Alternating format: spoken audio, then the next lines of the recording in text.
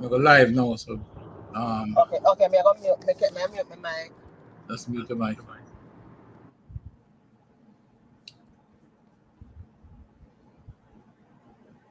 Everybody has to come in. Look at everybody.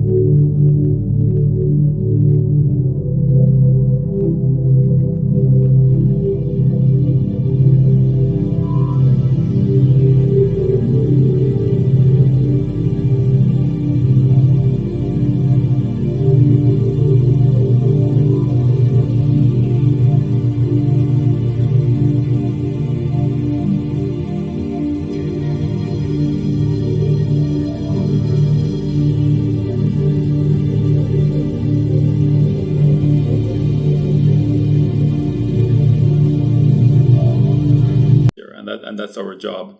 So in simple words, it's a government organization that takes money that Jamaica earns from tourism and invests it into Jamaica, or pretty much.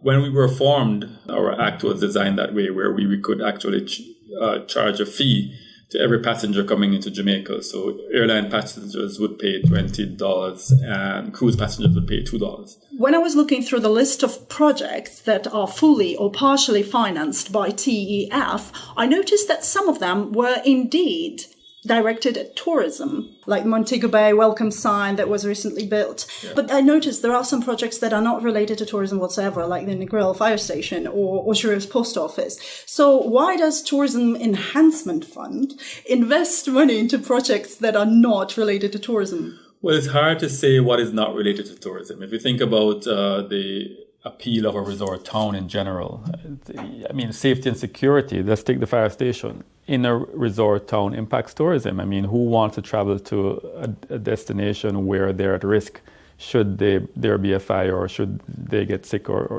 so we consider all those factors in what makes a resort town an outstanding one and a safe one. And we approach our projects like that to make sure that all the amenities are available in the resort towns and beyond. I mean, we have to consider that the entire Jamaica is a destination, and so we look at the merit of each project when it comes to our board to see how it can have a huge impact, good value for money in developing Jamaica as a destination. I saw some comments in the internet after grand opening of Harmony Beach Park.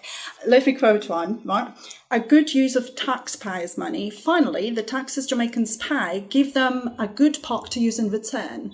However, if I understand it right, this particular funding comes from taxes tourists pay, not from taxes Jamaicans pay. Well, okay, so we collect the cruise and airlines fees on behalf of instant. central government. The Finsac entrepreneur TEF, claims his and house, which was valued that at then goes between into $9 the and pool $11 million, of the public's funds, was which offloaded by includes Finsac other for taxes just that come directly $3.5 from the million. locals. By So, shutting down numerous banks, in general, it's the public's funds, and we operate with that in the back of our minds that we have to be. Finsac reshaped the Jamaican economy, often to the detriment of local stakeholders.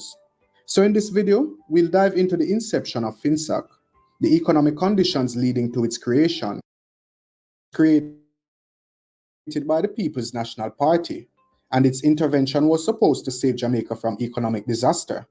But instead, it left us with long-term wounds. Even my children, them sometimes them confused because they've never used to this kind of life. After working hard for several years to build his dream house, he was thrown out in an instant. The Finsac entrepreneur claims his house, which was valued at between $9 and $11 million, was offloaded by Finsac for just $3.5 million. By shutting down numerous banks, consolidating them into a single entity, and selling that entity to foreign interests, Finsac reshaped the Jamaican economy, often to the detriment of local stakeholders. So in this video, we'll dive into the inception of Finsac, the economic conditions leading to its creation, the banks it shut down, the scandals and lawsuits that followed, and how these actions culminated in the consolidation and eventual sale of Jamaican banks to foreign interests. Like the video and let's proceed. Are you coming towards the end of your career and you're starting to worry that you've run out of time to build the life you always wanted? I got to 60 and it dawned on me. Economic boom and bust. The late 1980s and early 1990s, a time when Jamaica was basking in economic glory. The economy was booming, life was good, and prosperity was the order of the day. But like all good things, it was too good to last. By the early 1990s, Jamaica was hit by high interest rates, rampant inflation, and a classic case of economic mismanagement. The Bank of Jamaica's reserves were as dry as a desert, and the once glorious banking environment was teetering on the brink. Between 1991 and 1995, inflation averaged over 40% annually, and interest rates soared above 42%. Now talk about a recipe for disaster. The creation of Finsac. Now enter Finsac, or a knight in shining armor, or so we would have thought. Established in 1997 under the watchful eye of the People's National Party, or PNP, Finsac was supposed to be the hero that would save us from financial doom. Their mandate? Stabilize the financial sector that was collapsing faster than a house of cards. But instead of saving the day, Finsac's interventions left Jamaica with long-term scars that still haunt us today. Mr. Poyser is a real estate developer who says he borrowed $9 million to help fund the housing development. But like other entrepreneurs bitten by the Finsac bug, he saw his debt ballooning out of control. Now, let's take a look at the first wave of closures. One of the first victims of Finsac's rescue mission was Century National Bank, led by Don Crawford.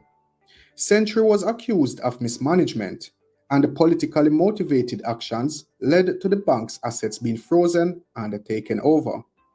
Century National Bank's closure was just the beginning of Finsac's takeover spree. Yes, I've indicated, well, firstly, Finsac is indeed the big black bear that we have never seen before. They're like the great white shark, and it's hungry. And they have overlooked all aspects of principle, decency, honesty, transparency, integrity, and they have maintained a very vicious profile from the very beginning. What they did to Century in itself, without prejudice to the other victims, is a colossal disaster. We are undoubtedly the biggest victims.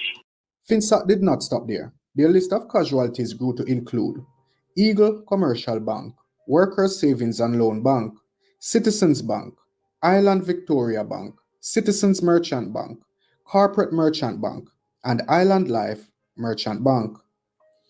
These banks, already on life support due to severe liquidity problems and deposit runs, were put out of their misery by Finsac's intervention. But who needs stability when you really have chaos? No. Here are some of the businesses and individuals affected by Finsac. The ripple effects of Finsac's actions extended far beyond the banks themselves. Countless businesses and individuals found themselves caught in the crossfire of the financial sector's collapse. The businesses: Eagle Financial Network. This conglomerate, which included Eagle Commercial Bank and other financial services, was dismantled under Finsac's watch. The disintegration of Eagle's businesses resulted in significant job losses and a blow to investor confidence. Workers' Savings and Loan Bank. Workers' Savings and Loan Bank closure affected numerous small and medium enterprises that relied on its services for loans and financial support. The sudden unavailability of credit stifled business growth and expansion plans. Island Life Insurance Company. One of the largest insurers in Jamaica, Island Life's financial stability was undermined by Finsac's interventions. The company struggled to honor policies and faced a loss of trust among policyholders. Individuals affected by Finsac's action. Don Crawford. The founder of Century National Bank, Crawford, faced allegations of Substance. Yeah, you hear my voice? mismanagement and saw his life's work dismantled. He was left to battle legal accusations and attempt to clear his name amidst a storm of controversy. Carl Wright, the head of Eagle Financial Network, witnessed the disintegration of his company's financial empire. He faced not only the loss of his business, but also reputational damage and legal challenges. Also, ordinary Jamaicans were affected. The broader Jamaican public, including depositors, employees, and small business owners, suffered immensely.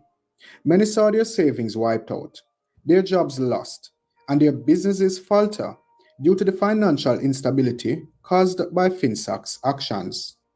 Lawsuits and scandals. And let's not forget the drama.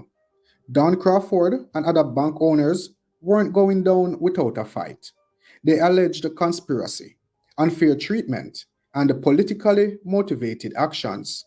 Lawsuits flew left and right, painting a picture of a financial sector mired in scandal and mismanagement. However, we can't have a financial crisis without a little bit of courtroom drama, though. Consolidation into Union Bank. In a move that was supposed to bring stability, Finsac merged the assets of the failing banks into Union Bank of Jamaica in 2000. This Frankenstein's monster of a bank was supposed to be stronger and more resilient. But, as you guessed, it wasn't. The consolidation process was a mess, and the confidence in the banking sector continued to plummet. Sale to RBTT. In 2001, The Union Bank of Jamaica was sold to the Royal Bank of Trinidad and Tobago, RBTT. Critics saw this as the ultimate betrayal, a loss of Jamaican financial sovereignty as control of our banks was handed over to foreign interests. Because nothing screams economic independence like selling your banks to another country. Impact on the economy. The aftermath of Finsac's actions was a far-reaching economic disaster. Job losses, reduced access to credit, and a massive loss of confidence in the financial system were just the tip of the iceberg. Entrepreneurs and investors watched their fortunes evaporate, and the ripple effects of these actions are still felt today. The entrepreneurial spirit of Jamaicans was crushed, and a culture of risk aversion took root among new generations of professionals. Finsac was created by the People's National Party, and its intervention was supposed to save Jamaica from economic disaster. But instead, it left us with long-term wounds. By shutting down numerous banks, consolidating them into a single entity, and then selling that entity to foreign interests, Finsac reshaped the Jamaican economy, often to the detriment of local stakeholders. I really did have to repeat that. The legacy of these actions underscores the complexities and challenges of managing a national financial crisis without causing long-term harm to the economy and its citizens. So much for the knight in shining armor. At the moment though, Jamaica is experiencing exceptional growth, but one step in the wrong direction and it could all come happening again. Thank you for watching. And if you don't like the video, you know if you like it. Bless. Because although I came into the party through Dr. Omar Davis, because I knew him in the financial sector, where I had been like one of the leading corporate lawyers in Jamaica. We don't come to make no money over politics. We don't make my money already. Now, big lawyer in this country, big investment banker. Oh my God! Wow!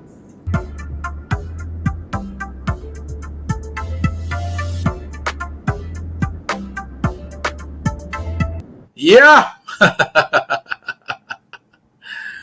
There you have it. There you have it. Man say he's a big investment lawyer in this country. I mean, don't make my money already. So a guy come talk to me about anything at all. Greetings and peace profound. Positive vibrations and positive sound. I trust that you all are doing fantastically well. It's another beautiful evening. It is 7:47 on the 29th of September 2024. And you're in tune to Chops Media with yours truly, Chopper. And we are at it again. As you know, everyone, we've been highlighting the devastating period of the 1970s, a period that would have seen the total decimation of the Jamaican economy. It is noted that at least 40,000 businesses went under. And as such, just a quick second here, guys. I'm going to jump back to this for a moment and get my guests settled in. Just a second. Finsac did not stop there. The list of casualties grew to include Eagle Commercial Bank, Workers Savings and Loan Bank, Citizens Bank, Island Victoria Bank, Citizens Merchant Bank, Corporate Merchant Bank, and Island Life Merchant Bank. These banks, already on life support due to severe liquidity problems and deposit runs, were put out of their misery by Finsac's intervention. But who needs stability when you really have chaos? No. Here are some of the businesses and individuals affected by Finsac. The ripple effects of Finsac's actions extended far beyond the banks themselves. Countless businesses and individuals found themselves caught in the crossfire of the financial sector's collapse. The businesses, Eagle Financial Network. This conglomerate, which included Eagle Commercial Bank and other financial services, was dismantled under Finsac's watch. The disintegration of Eagle's businesses resulted in significant job losses and a blow to investor confidence. Workers' savings and loan bank. Workers' savings and loan bank closure affected numerous small and medium enterprises that relied on its services for loans and financial support. The sudden unavailability of credit stifled business growth and expansion plans. Island Life Insurance Company. One of the largest insurers in Jamaica, Island Life's financial stability was undermined by Finsac's interventions. The company struggled to honor policies and faced a loss of trust among policyholders. Yeah, so let me get back in here for a quick moment. All right, sorry about that. Thank you, guys. So we're trying to get a few things organized and centralized while we ask for you guys to share the program. But let me do the honors because Kenroy Thompson, you've been the first one on this evening. And Anthony, evening. How you doing? Mr. Evelyn, what's going on, my brother? Rohan, bless up yourselves. Good to see you. And you all are live on our YouTube channel. We still got some folks over on TikTok. TikTok, folks. The live interaction is going to be on YouTube. So please make sure to come on over on our YouTube channel. There's a link that you can click. And just as you can on TikTok, get into the box and have the discussion, you can do the very same over on YouTube. So please feel free to do just that.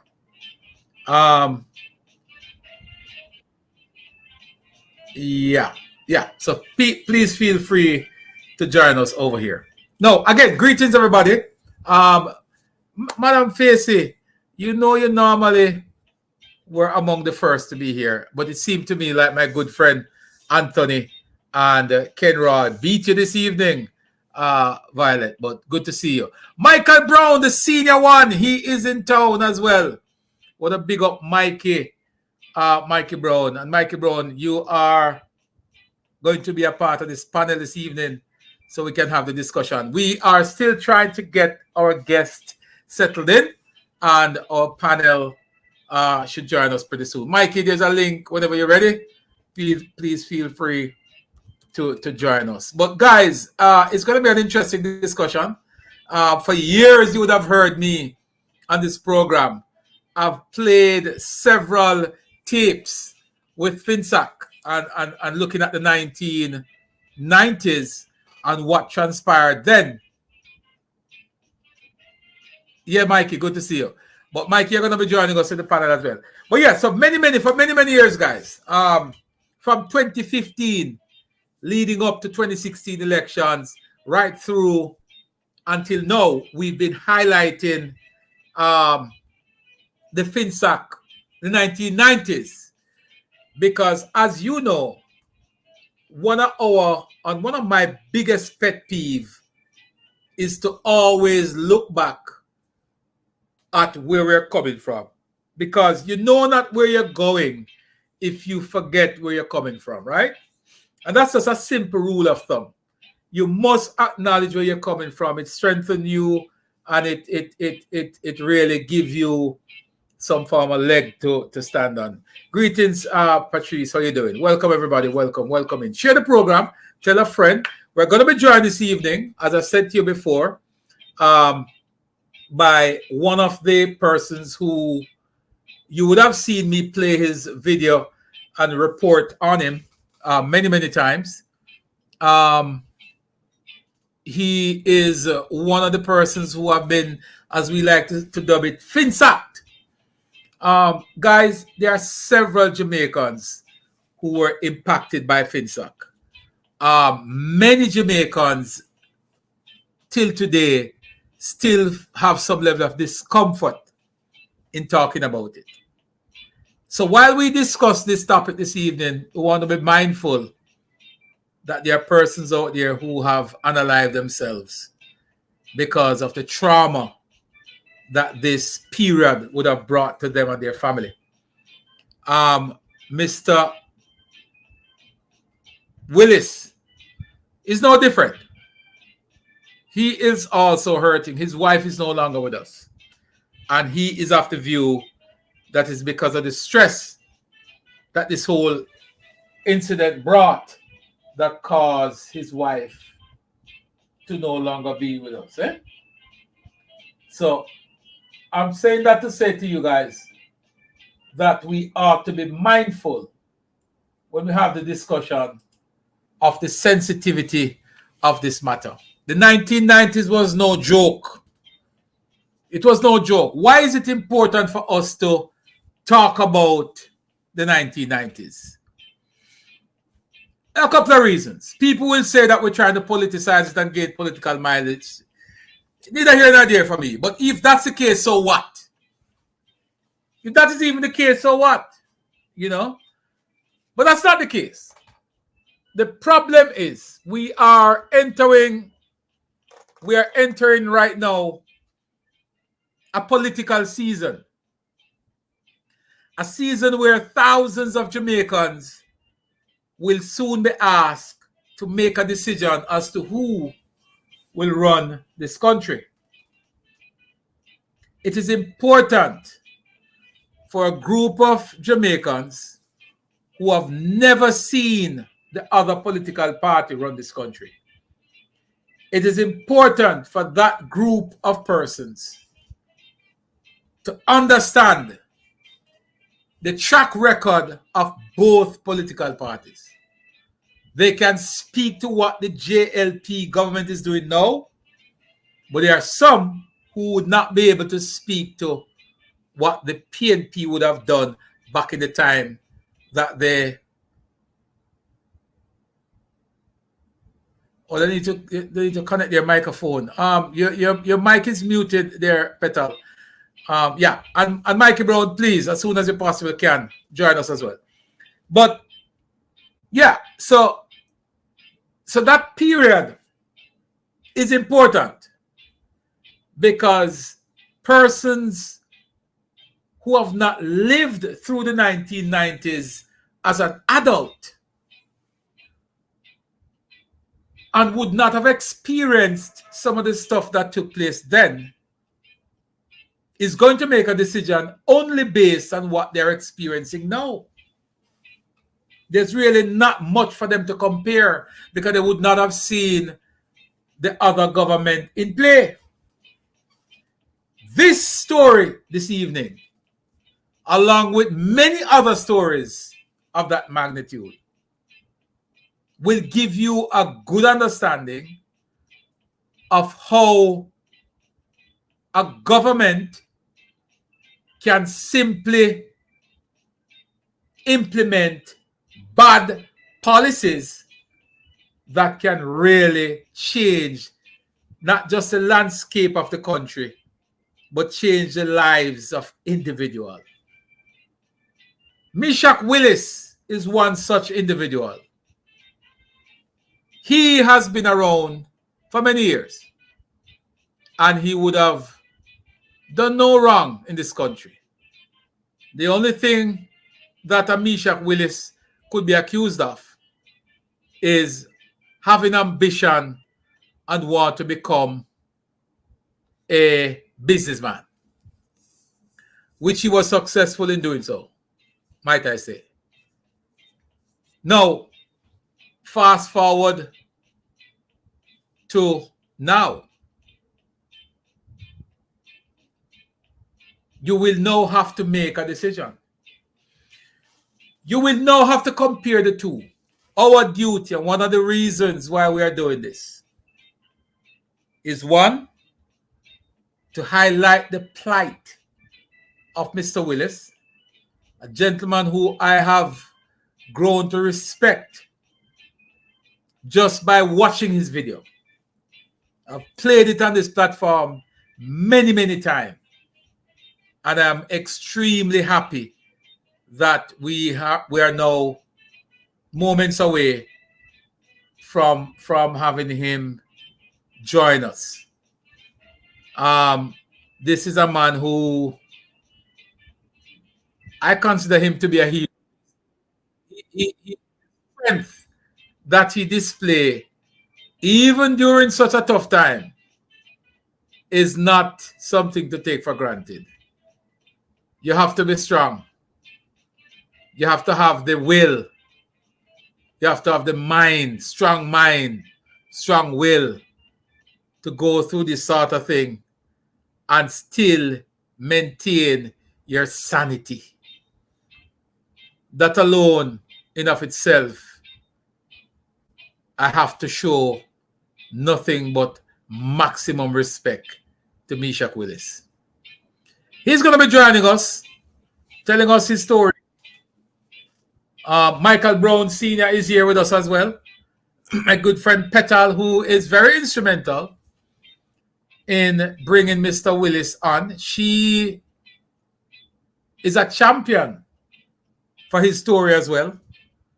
She was the one who insisted that we have to find him. We were told that he was selling somewhere in Halfway Tree.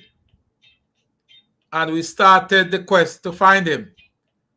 And we struck gold just a few days ago with a family member of his would have joined us on TikTok. And we talked about him again. And he said, by the way, he's my in-law or somewhere thereabout. And I know him. I have a number for him. I can speak to him. And he made the contact. So this evening, we're looking forward to speaking with Mr. Willis and to get a better understanding from him as to what really happened. How did he manage to lose his property? That's number one. His fall from grace. How did all of this affect his family? There are so many Jamaicans out there, folks. So many Jamaicans out there today who was severely impacted by Finsac. I know sometimes we talk about Finsac and we talk about it solely in the political realm. But when you pluck away the politics, peel away the politics from Finsac, there were real Jamaicans who were impacted. You know that, right?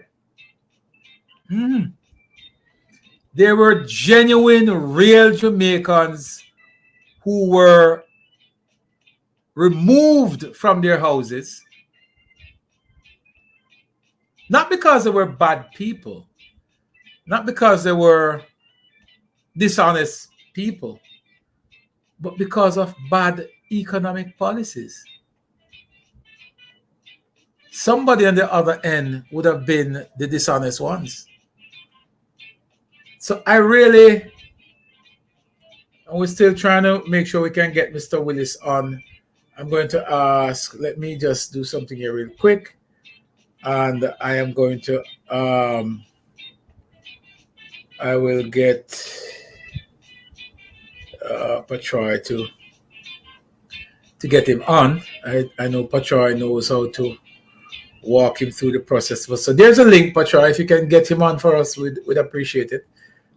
But yeah, so I really want to say to folks that, Michael, when you peel off the politics of Finsac, there were some real Jamaicans who were impacted. Thousands of Jamaicans. You talk about eight banks and scores of other financial institutions that had to close their doors. Money just went up in flame.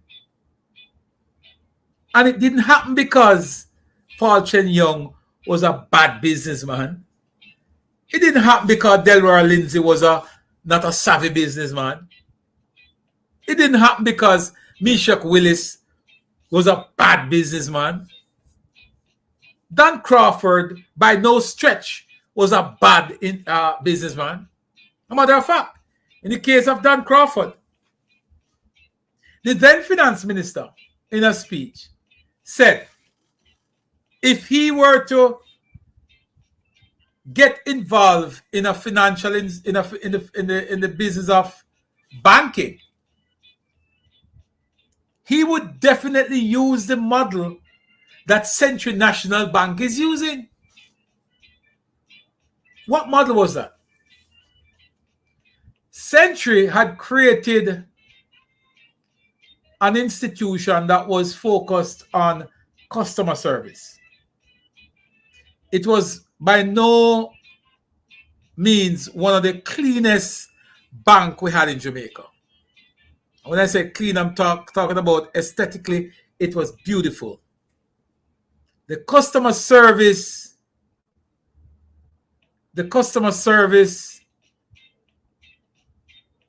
at Century was top notch, because that was the focus of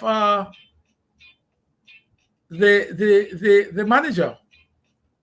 He believed in providing quality service, and that's what he did.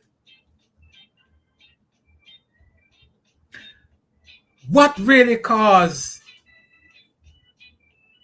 the powers that be back then to make that kind of decision? What would have triggered Dr. Omar Davis?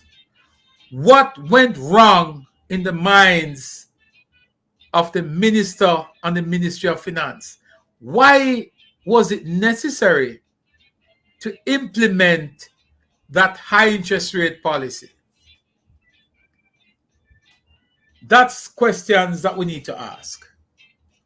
Do you think that it's a waste of time, Garfield? I see you. I see you, Mr. Garfield Reed. He's in the chat, like he likes to be all the time. He likes to be in the chat. Please tell the government to release the report. It's full time now. Well, Garfield, you've been at this for quite a while, so let me just clear the air where the Finsac report is concerned. The Minister of Finance, just a couple months ago, in one of his budget presentation, outlined that the government has taken a decision not to just release the report, but to take it a step further and to release the transcript for the Finsac inquiry. The entire transcript, Garfield. And I would have said this to you before. Releasing the transcript, to me, a report is merely a summary of the transcript. So by giving us the transcript, the government has taken it a step further.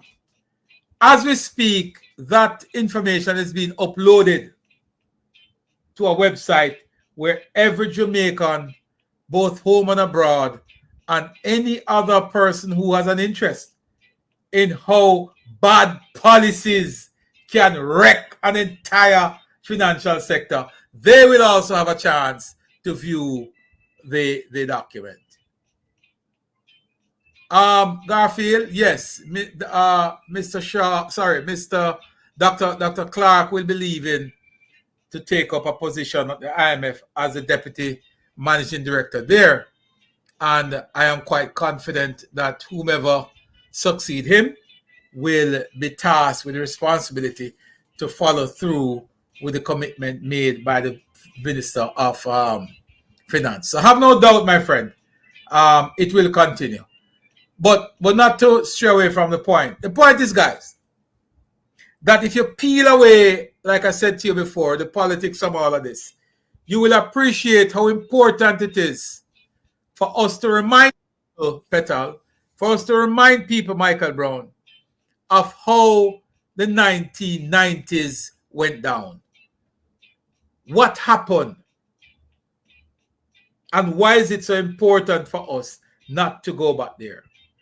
I don't think any well-thinking Jamaican wants us to go back down that route. That's a dangerous route. We've been there, and I tell you, it wasn't a very good look. Not a very good look at all.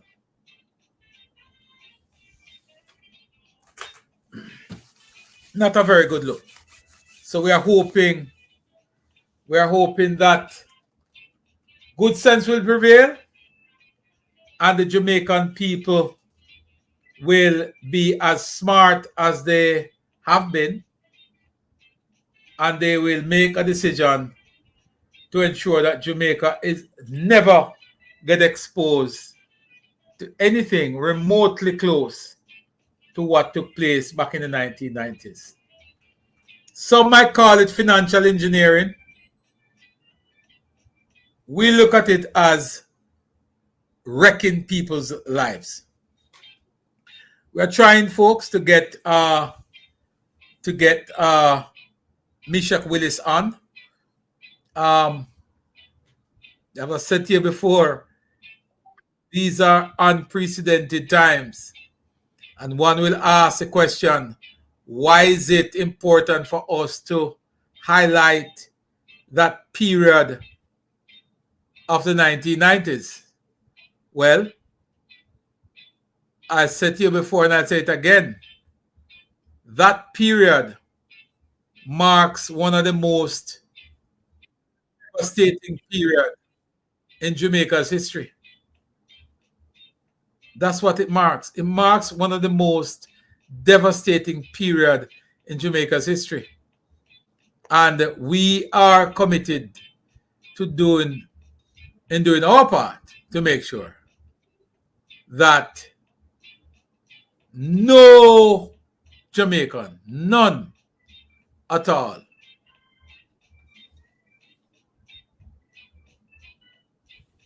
that must have been his password for the phone, I guess.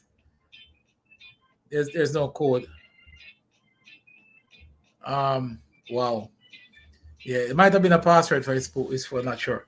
But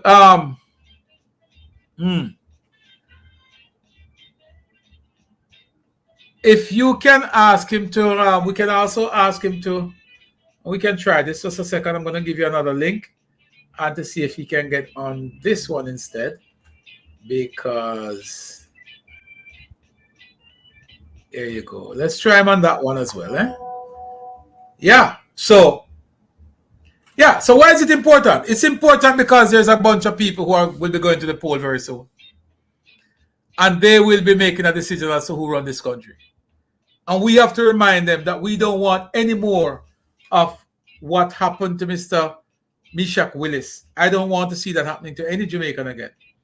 I do not want the generation that we are preparing this Jamaica for to experience anything remotely close to what Mesach Willis would have undergone. We don't want anybody to experience what Dan Crawford went through. Right? We don't want that. And we have to do whatever it is in our powers to make sure that there's no reoccurrence, there's no repeating of these things. So that is why it is important for us to have the conversation. And also, one of the things I want to highlight this evening is the fact that Mesach Willis went through all that stuff, lost his business, lost his livelihood, and lost his family pretty much. The other question we must ask ourselves, we are a country of second chances. We're a country of persons who like to give people a second and in some instances a third or a fourth chance. I want us to start to look at Mesach Willis as someone that we can coalesce around, organize around, and give him some support in bringing him back into the fold. He is not a young man today as he was a few years ago, for sure. And he would have suffered some injuries based on an accident that he met into some time ago. Good evening, Pamela. How are you doing? Max Romy, what's going on there? Best of love, my brother. Garfield Reed, I see you in the building, man. Marion Edwards, good evening. Angie, good evening, good evening, good evening. We're still working through, guys, trying to get Mesach on. But in the meantime, I'm going to bring Petal, and also Mikey Brown in. Greetings to you guys. How y'all doing? Blessings, Chopper. Yeah, man. Greetings to all the people that's joining in and thing. But there are two things I want to say before you go any further. The question was asked, why bringing up this now? You see, the Jews never ever allowed the world to forget the Holocaust. Never ever. What that means, it can't happen to them again.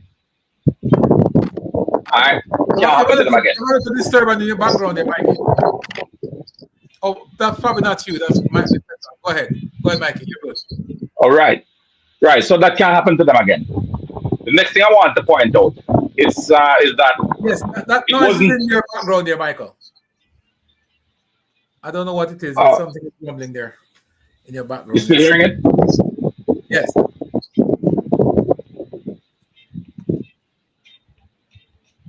You still hearing it? No. Okay. Right. The second thing is, it wasn't just the high interest rate regime that caused the financial collapse.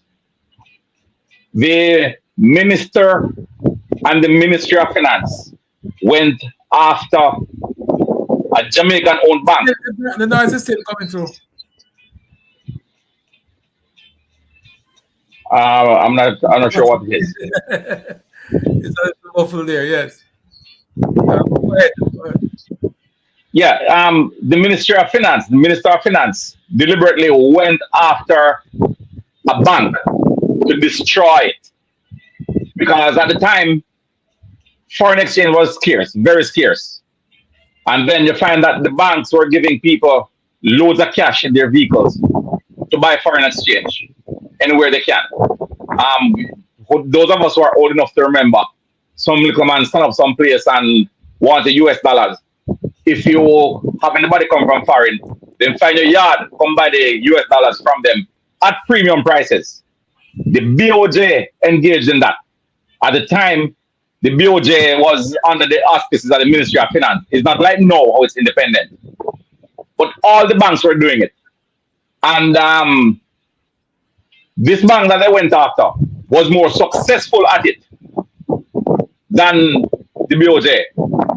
And it made the finance minister furious. So he went after that bank. Was fun going there, Mikey? Yes, but it's not directly on me. It's there's something going on with your phone line. And it's distorting you coming through. I can hear it right now. All right, hold on. Give me a second. Yes. All right, so we're trying to fix Michael connection up. Petal, Hi, I know you've been very instrumental in wanting to ventilate the story of Mesach Willis, and not just Mesach, but the entire 1990s. What drew your curiosity and interest in the 1990s? Talk to us a little bit, and welcome. Chopper, can you hear me? I am hearing you loud and clear. Oh, okay. Yeah, so Chopper, you know, in the 90s, I would have been a teenager, you know, going towards adulthood. That time, you're not really focused on finances, what's happening in the bank. You're happy-go-lucky living your life. And I would have, you know, my parents would talk about this Finsac and what's happening to people, and people are losing their houses, and you know, people can't take out loans because if you do that, you might end up homeless. I mean, you know, I have no responsibility, so I had no reason to like dig deep into it. But then, as this unfolded, you start to hear that, oh, this person knows somebody that was affected, that person knows somebody was affected. And I was particularly drawn to Mr. Willis's story based on the fact that he ended up homeless at one point, and then I knew somebody that was kind of working at an agency that would talk about the family's story and how sorry they felt for him. And then years later, I saw the um the video that someone did interviewing him, and I realized that this is surreal. This is a true, like, this is now right in front of my eyes, and I'm listening to the story and I'm making sense of it. So I would have passed Mr. Willis in my going and my coming in Apple Tree, selling, his little things, but not even making the connection until I learned even more and more about him, that this is what has become of him: homeless, trying his best to stay afloat, struggling to now, like, from what I understand, he's lost like 60% of his mobility from a car accident. And I felt, oh, we need to find this person. We need to see, getting in run-ins, losing his wares because he's in no vending zones and stuff like that. And his story has really, like, my heart is really broken to know that this is someone who did not, the only crime he committed was having ambition and was trying to be a successful person. And I was determined to find him, and I did. And I'm so happy, and I'm so grateful for, the person that heard me crying out, for help to find him. And here we have him now. I just can't wait for him to come on to tell his story. Yep, yep, yep. Mikey, you've been around us for quite some time, probably longer than Petal herself. But and you know that this particular case, we would have played his video on here many, many times. But there's something there, Mikey. I don't know what. I hope it is not on my end. All right, I'm not hearing it now, so I don't see it.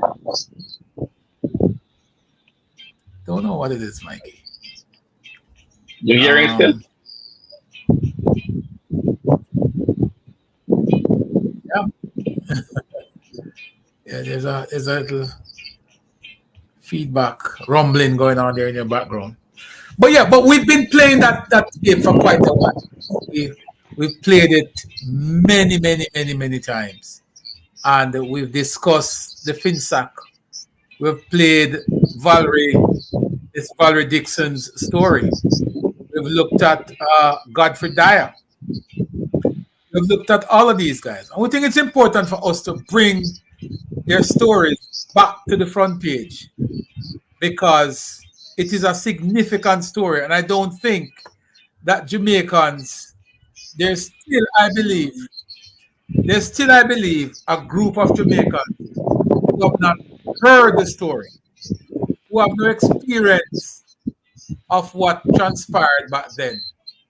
And I think we have a responsibility, Michael, and listeners. We have a responsibility to share that story and to bring that story to the front because, as I said to you before, it's important that every Jamaican understand why is it that we ought not to take this for granted. What happened to Mesach Willis can certainly repeat itself if we are not careful when we go to the polls. Because the same person. Let us not forget the story of the Chin as well. Yes. Where they actually put the salary of the helper and the gardener in an envelope and left it on the table with a suicide note. Yes. You know, And these are real stories, guys. these are real stories. Real These are real stories. stories.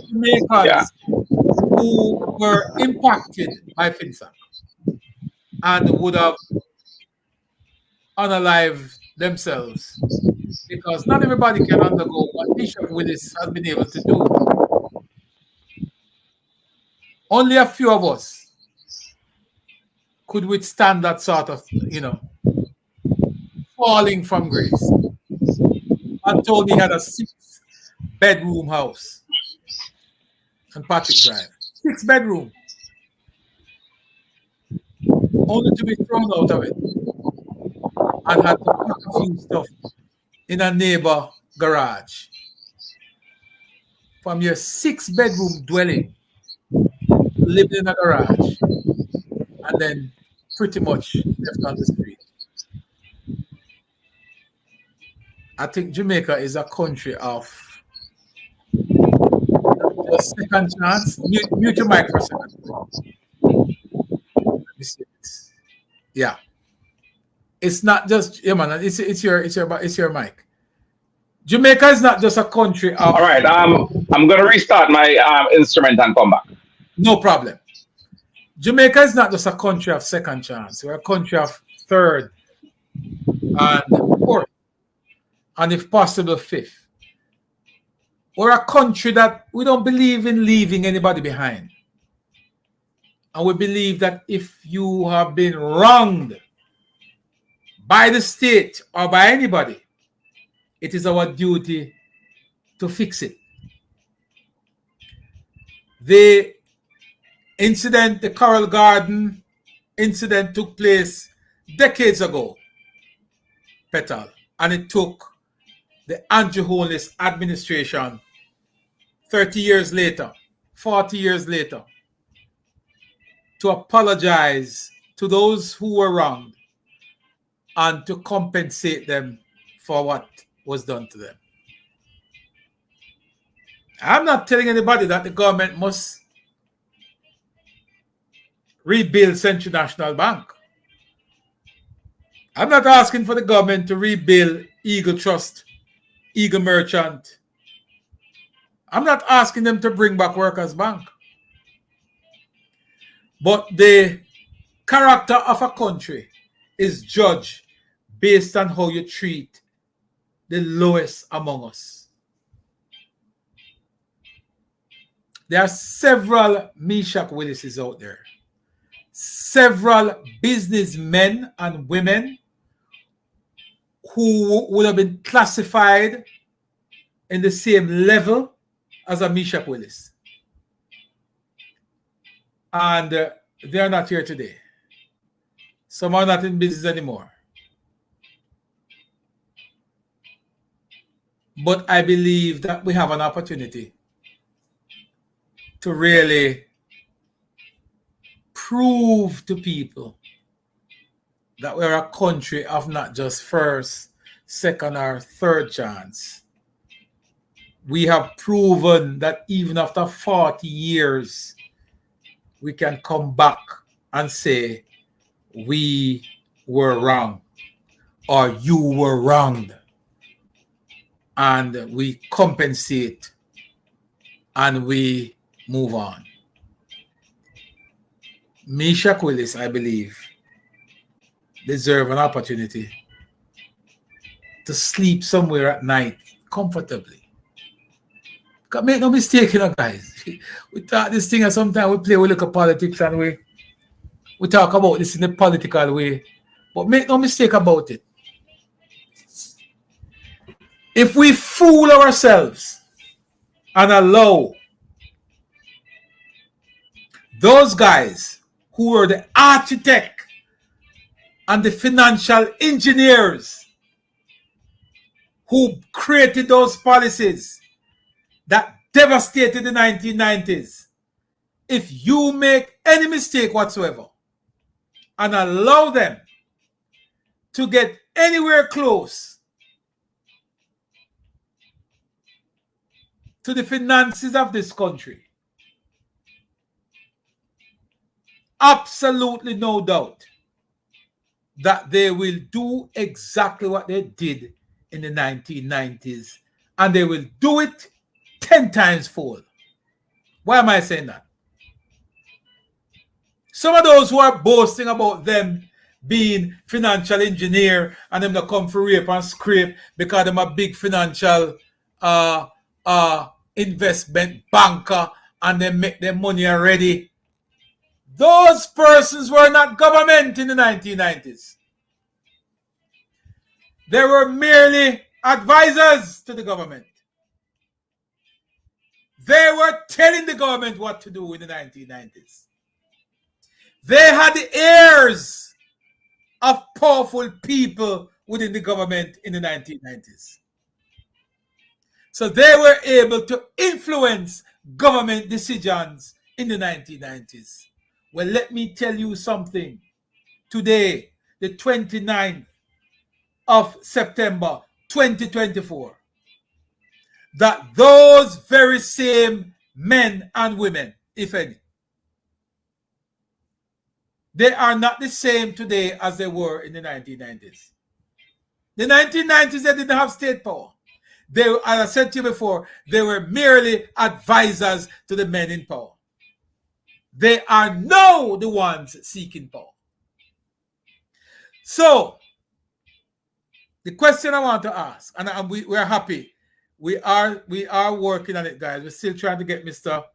Mesach Willis on. He's having some technical challenges with his device, and we are working through it. So bear with us for a few minutes. People like Mark Golden, Peter Bunting, and others, who said they were the architect and they did what is quote-unquote financial engineering back in the 1990s. They are now vying for political office. Wonder if you understand what that means. It means if they, just by virtue of having influence on a government, could redirect, could create policies that benefit them. Can you imagine if they no longer need to tell somebody to do it? Can you imagine if they can now do it themselves? Think about it. Think about it. If Mark Golden only had influence back in the 1990s. Just slow down for a second, guys. Slow down and digest this properly. If Mark Jefferson Golden only had influence back in the 1990s, where he could advise the then minister on what policies to pursue, and those policies created the damage that it did. Can you imagine if he now has direct state power? Just slow down, let it soak in your brain for a moment. Think about it. Think about it. If Mark Golden, back in the 1990s, as he said, did all that financial engineering that caused 40,000 businesses to collapse, that create the Mesach Willises, can you imagine if he now has state power? Can you imagine? Can you imagine? No, he's not. Just think about it. Just think about it, folks. If he's not on yet, but he's work on it. I know he'll get it together. He's not on yet. So he can't get on. All right. So if he cannot, then we're going to go by phone. So we're going to call him and we're going to do that chat via phone. Can he go on the TikTok page? Either one. We're having some difficulty there, guys. So I want you to think about it, I want you to slow down and think about it. The gentleman says, him not come for rape and scrape and scrape anything. right? Him not come to do that. Because him done making money from in the 90s already. Then if he was able to create policies to benefit himself and that of his colleagues when he was not in government, can you imagine him having the levers of government? I want you to think about it, guys. I want you to think about it. Just think about it briefly. Because that is what we're dealing with now. That is exactly what we're dealing with now. And that's the fear. That's the reason I'm saying to you that the PNP has not paid the political price for what they did in the 1990s. Instead, it appears that people like Golden would want to double down. Remember, it is Golden who said to us that the 1990s was the best year of the PNP. Garfield, read, you're in the chat. You're a PNP man. And I don't know if you have the heart to look anybody in the eyes here and tell them that the 1990s that created people like Mesach Willis, that had people like Dan Crawford that to exile in America, that allowed persons like Paul Chen Young to die in Florida, and several other Jamaicans who had to take away themselves from this earth. And you come to boast and smile and laugh and talk about it was the best period of the PNP. We're not going back. We're not going back for those reasons. I don't know if Garfield, as a PNP man, could look us in the eyes and tell us that the period of the 1990s were the best period of the PNP. I don't know how on God's earth you could be proud of such a period. I really don't know. I really don't know. How could you be happy with such a period? I don't know. Let's find out from Mr. Willis if somebody else has a phone close by that he could borrow for a few minutes. We could send the link to that phone and we could get him on. But yeah, try that for me there, Petal or Patroy. But that's what we're faced with now. So when I say to Garfield, as a PNP man, that we are not going back and we cannot afford to go back to that period, I'm not expecting him to disagree with me.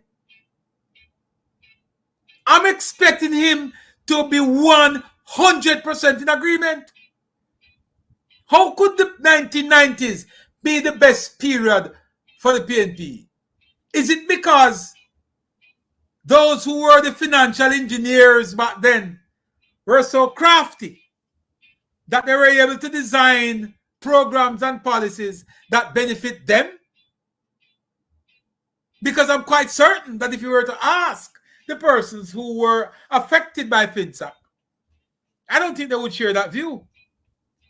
But I'm still curious as to what my good friend Garfield is saying as a comrade. Petal, you're still here. And Mikey Brown. Mikey Brown! 1990s. Yes, why is it important for us to remind Jamaicans that we are not going back? There's a famous quote that said, if you forget your history, I'm paraphrasing, you're bound to repeat it. You're bound to repeat it. Because one can argue that people were allowed to get away with this Finsac thing. Yes. There was no consequences. There was no remedy, no reparation to the people that were marginalized. Nothing. We lost 40,000, over 40,000 businesses. Yeah? And a significant portion of our GDP. Not to mention the tatters that the economy was in. The country never had foreign exchange. You know? And they were running with it at the same time. You remember? Yes. Yes. They were running with it. Yeah. Meadowbrook High School, they took off with it. Yes, man. Well, Garfield, I'm happy that you're able to say that the 1990s is nothing to be proud of. But would you be willing to say that to your party leader? Because he's of the view that the 1990s is the best years of the PNP. So are you going to say to your party leader that that the 1990s is nothing for him to be proud of? Are you man enough, sir? I voted. With that, 1990s, your formative years. Why is it important for us not to go back? Chopper. Yes. We cannot afford to go back. We cannot afford to have loosey-goosey sweetheart deals and have more people like Mr. Willis, victims of a crime of having because it's nothing short of a crime, you know. It's a criminal act what they did.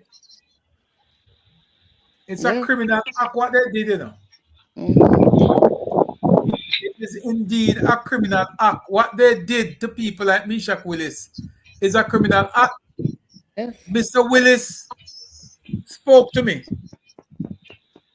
And when he said to me that,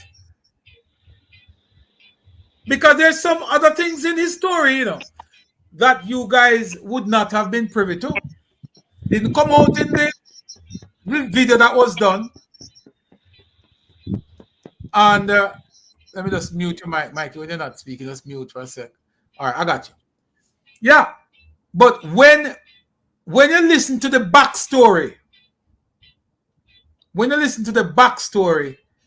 of Mr. Mesach, you would understand there's a lot more.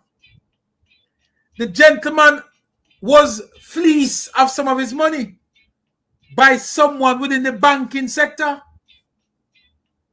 And the funny thing is, he said that there were several loans that were taken using his property title as the collaterals. Those loans he wasn't aware of. And what was so sad is that while he was trying to pursue the matter, the Finsac people came in and shut down the banks 3-4 days before. Yeah? When his matter was to be heard in the Supreme Court, he met into an accident.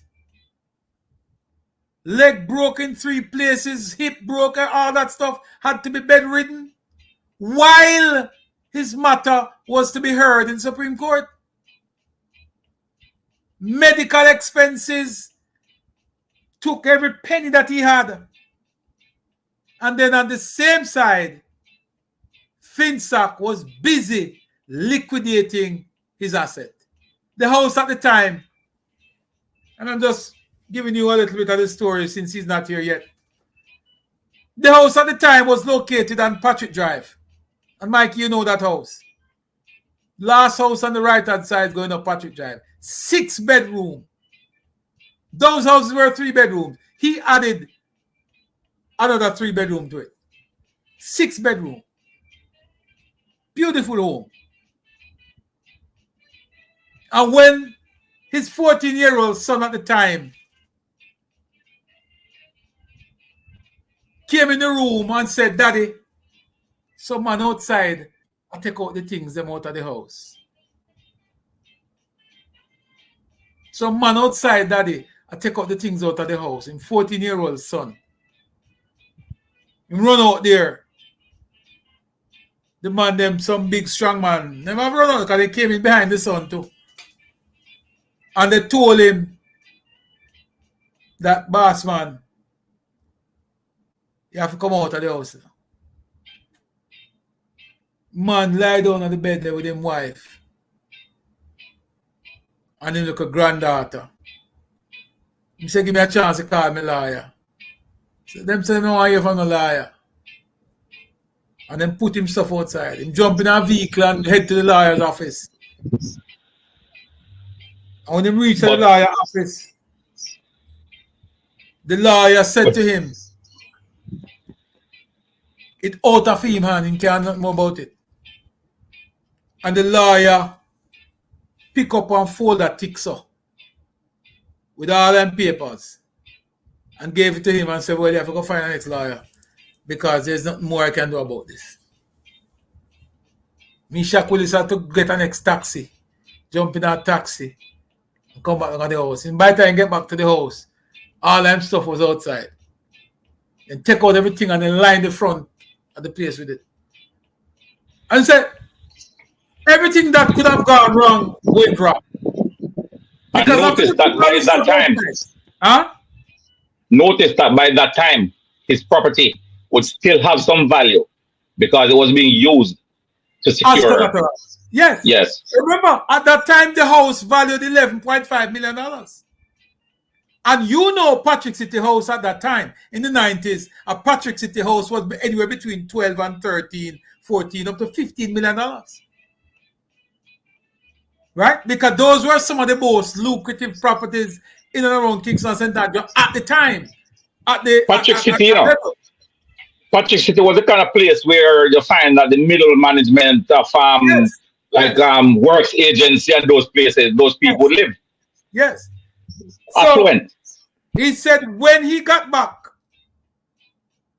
and his stuff was on the floor, all over the yard,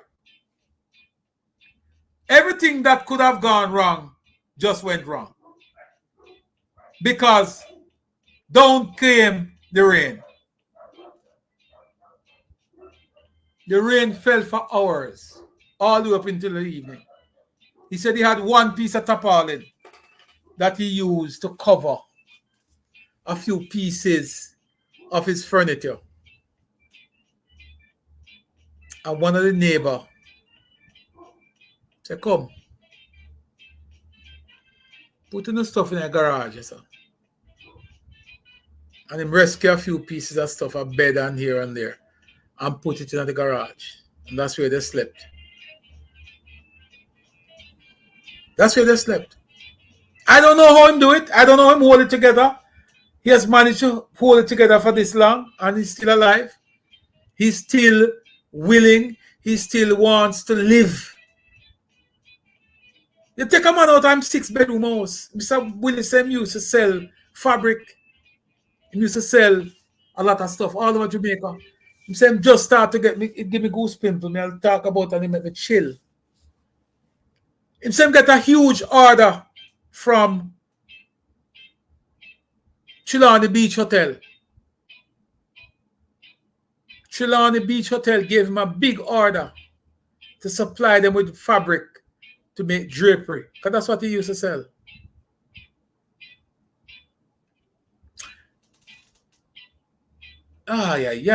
Yeah.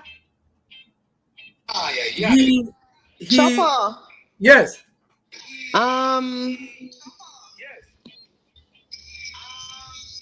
Hold on.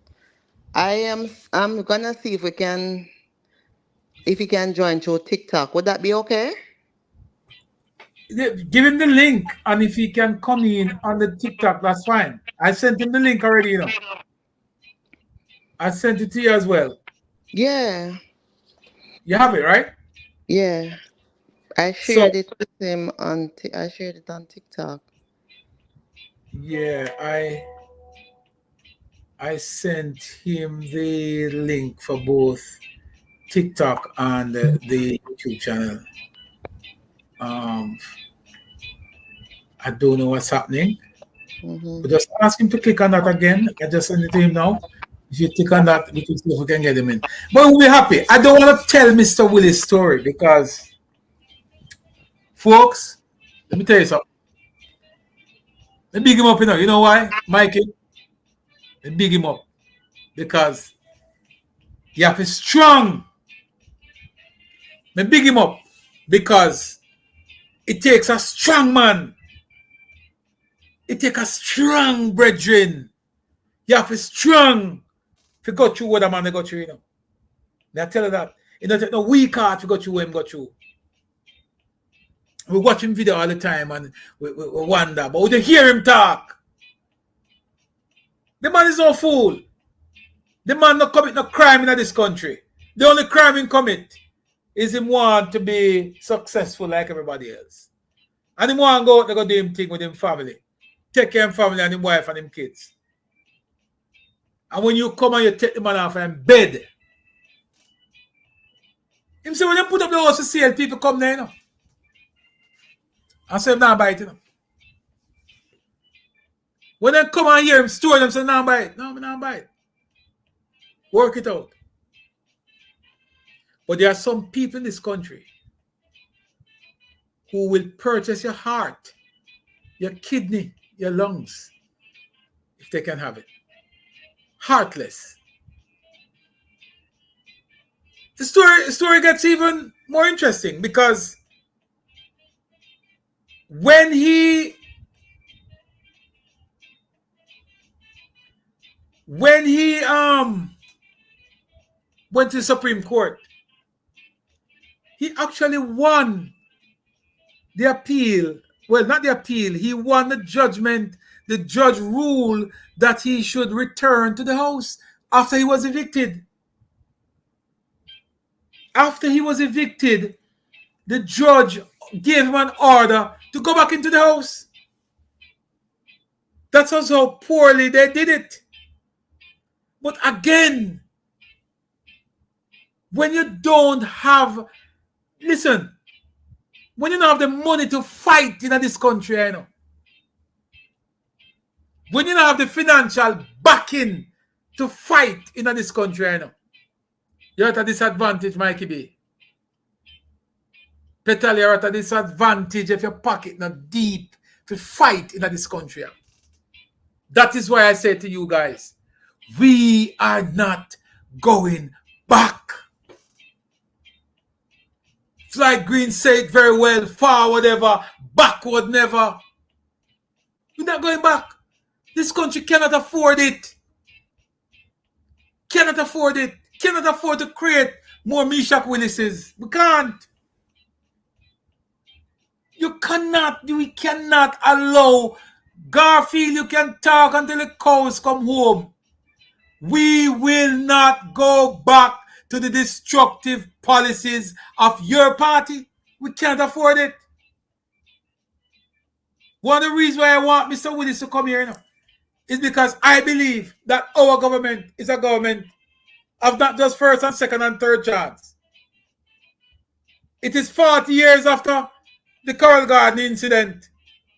Something that poor Andrew Willis wasn't a part of, wasn't even around in politics when these things happened.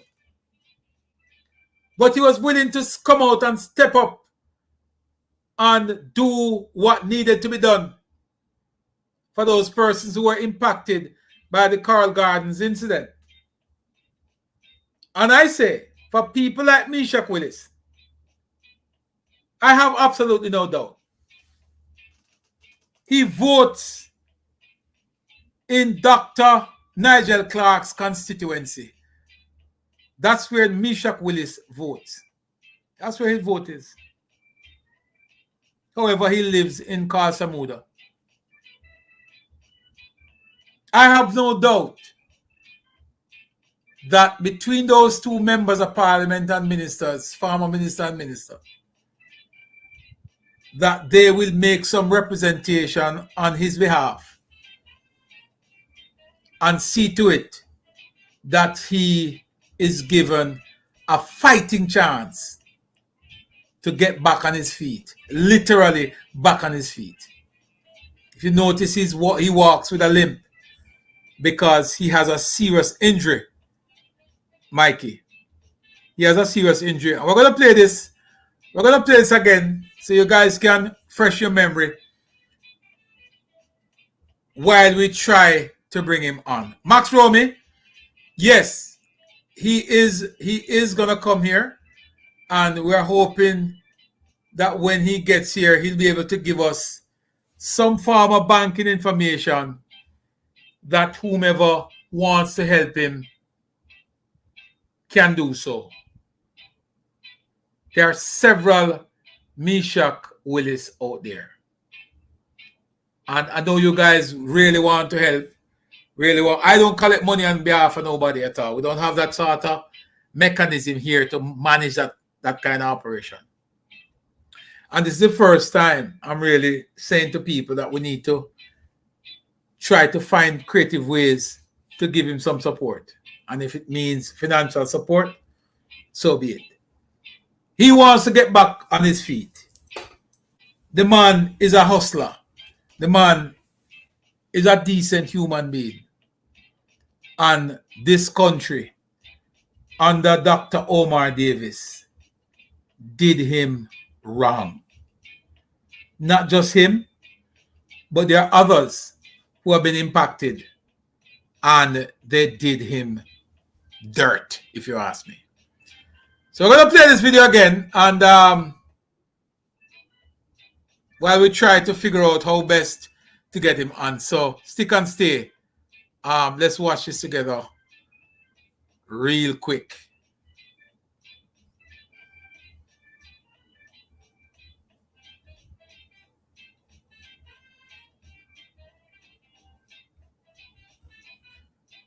Mesach Willis.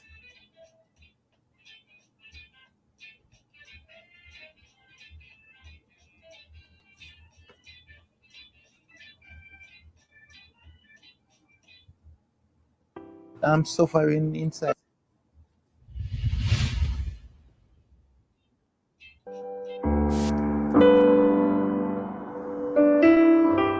I'm suffering inside and everything.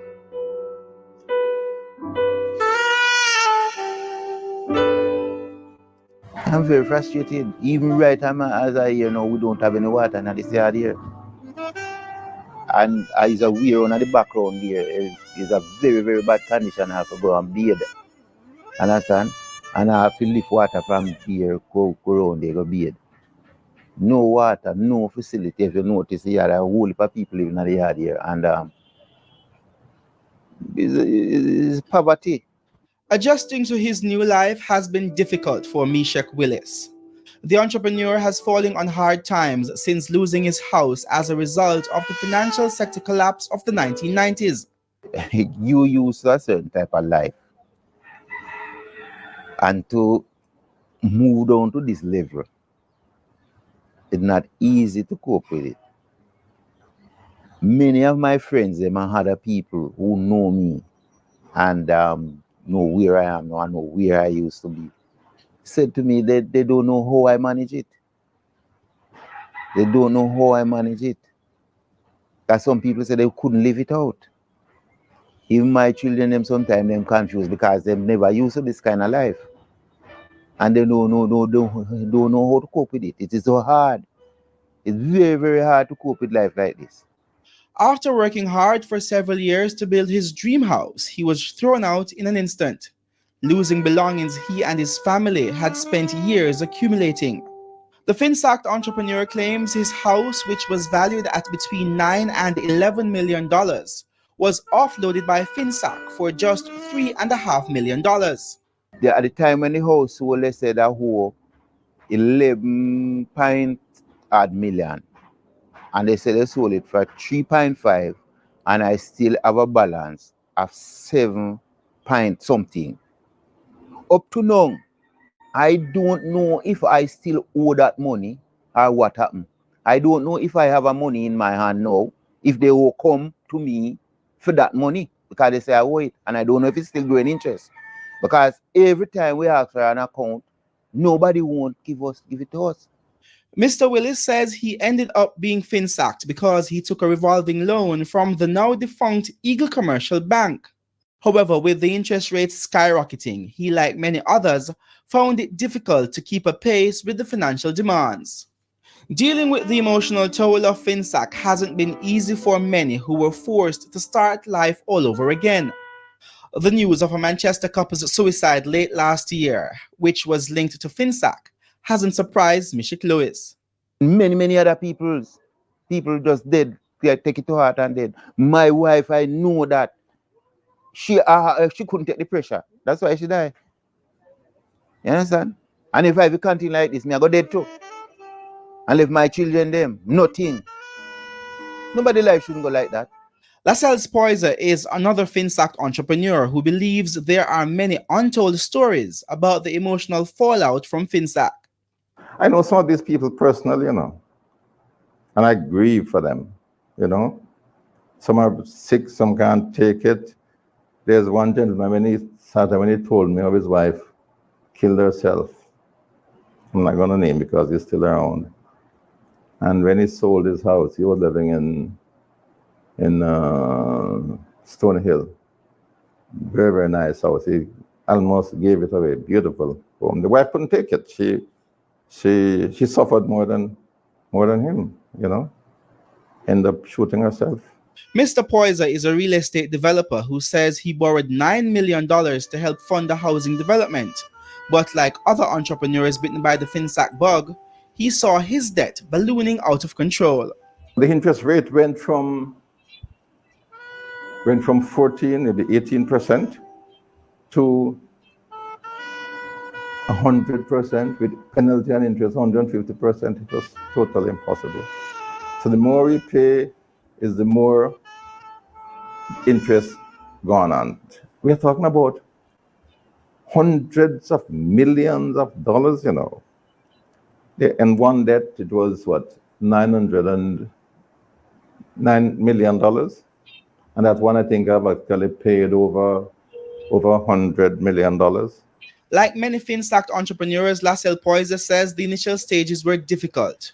But his biggest tragedy was losing his wife, who packed up and left him, taking the children. When things were not going good, she took the opportunity. She could not deal with it, really. She was an ophthalmologist. The doctor could not deal with my falling from grace, if you like. So she went back home. All right. That thing was He says for many years he wasn't allowed to see his children as his wife partially blamed him for her company going under because of Finsac. The realtor admits that the events left him in a daze. I was upstairs sleeping most days, just gone from myself. And you don't have an email address? And it was really devastating. Despite losing property estimates at $500 million Jamaican dollars to Finsac, Lascelles Poyser admits that he's better off than many other entrepreneurs who lost their life savings in the financial sector meltdown. He's banking on a major development in St. Thomas, which he's now working on to turn his life around. However, Mesach Willis isn't seeing a light at the end of his tunnel anytime soon. He says he's extremely disappointed with what he believes is the Portia Simpson Miller administration's perceived lack of commitment to concluding the Finsac inquiry. I believe that this government is anxious to see that the people who suffer in a condition like this to get some redress, even to bring out the inquiry and get it that everybody can know what happened, and to see how people are suffering within it. I think they should be the one who willing and anxious to get it upfront, that people can get to understand themselves and people can get some redress and put themselves together again. Like many Finsac entrepreneurs, Mesach Willis just wants closure. My life torn down because of these people. You understand? And I am suffering. When I say I'm suffering, I'm suffering. Life is very hard. I don't know for everybody, but I believe my life has been robbed. And I want back my life.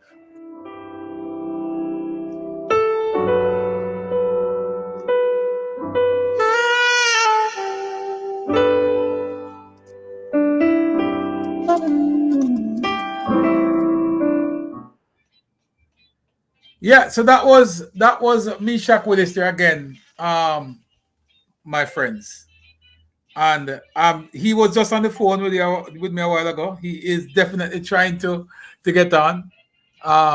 Still very optimistic. He still wants to come on and participate in the conversation, and I am really hoping that we'll get a chance to talk to him this evening. It's 9:03. We still have some time. And once we get him on, we are going to roll right into his story. But it's very interesting. And why, like I said to you folks, I think that we can do better for these persons. I'm not expecting us to go build back Century or Eagle. But the least we can do for the most vulnerable among us, God will smile. I think the political party has a responsibility. The government have a responsibility to look for these people. If the JLP government believed that the policies of the 1990s was bad, was wrong, and whomever created it did wrong to the people, then we can rewrite that story. We can and we should. We should. Instead of going out there and boasting about how much money you make during the 1990s, you probably should focus on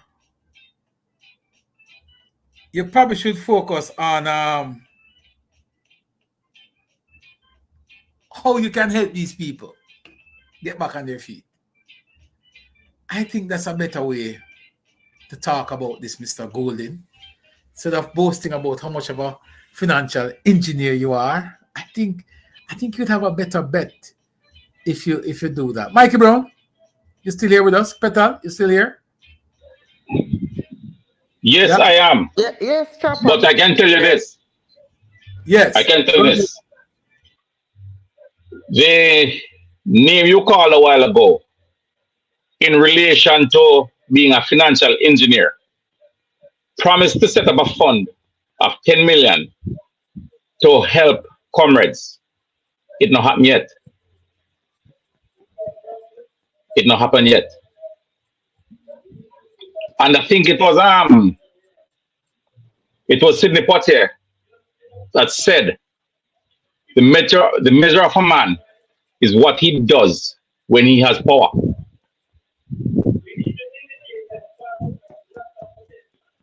You know, so we have to take sleep mark there. We have to take sleep mark there. You're saying when he has power? Michael? Yeah, what the measure of a man is what he does when he has power. Let's talk about this for a moment.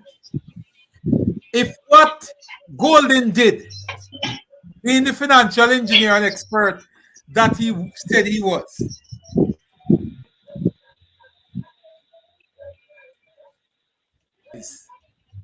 if what Chopper. he's saying is true, yes. Chopper?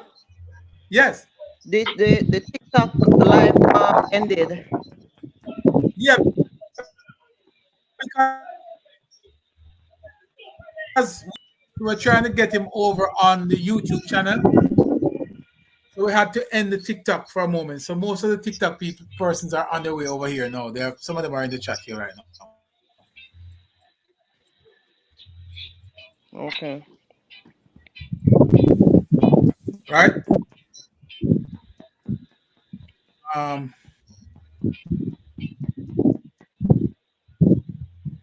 Yeah.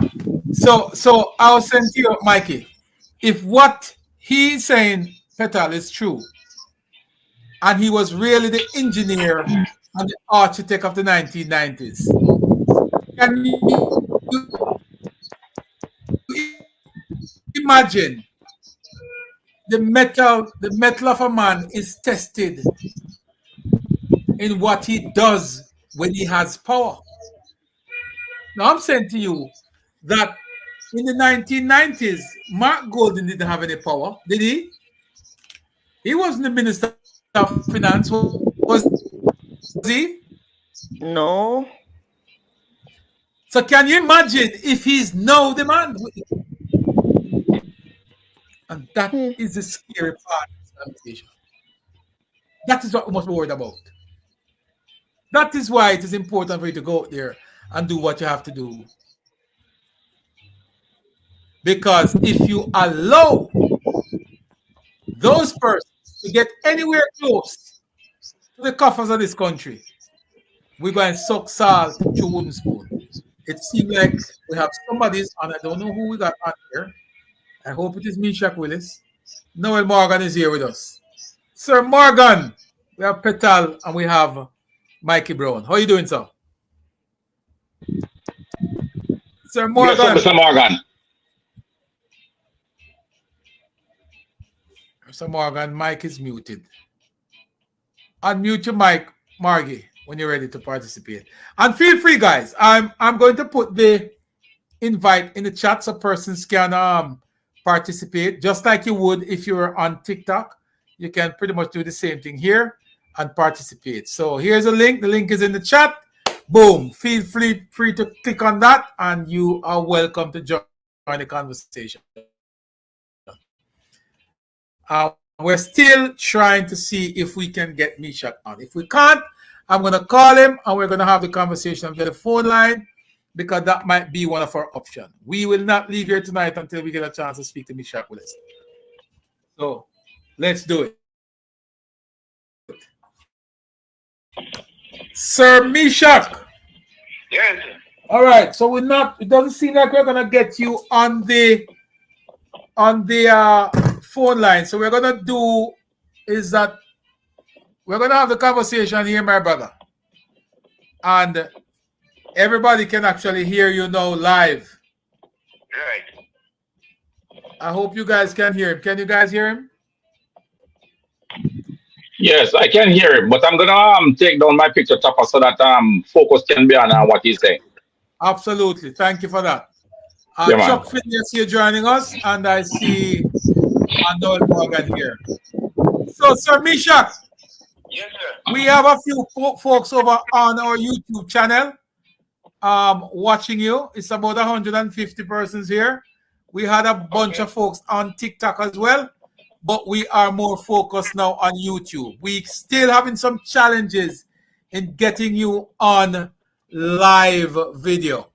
But nonetheless, we're going to have the discussion, and we're going to talk about your story as one of the Jamaicans who felt the wrath of the Finsac bug back in the 1990s.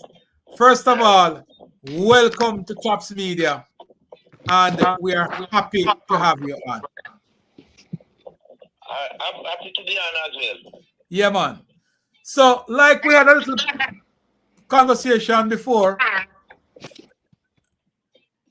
and I want to continue with that conversation. You have a fan going there, you might want to turn it off for a little bit.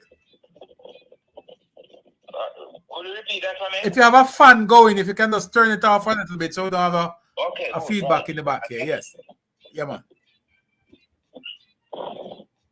Yes. All right, folks. So we have Mr. Willis on the phone. And don't worry, we might not have him on our screen this evening, but I rest assured we're going to make it happen. So, Sir Mesach, I want to just go into the story of you being Finsac. First of all, how are you doing? How are you feeling? All is well so far? Well, I wouldn't say all is well, but I'm giving thanks for life, you know? Yes, yes, yes. Because with my situation, all will not be well. Yes. Because I'm been through a lot and still going through it. Mm-hmm. And just hoping for breakthrough. Yes. Well, first of all, let me say to you that we see you as not just the average guy.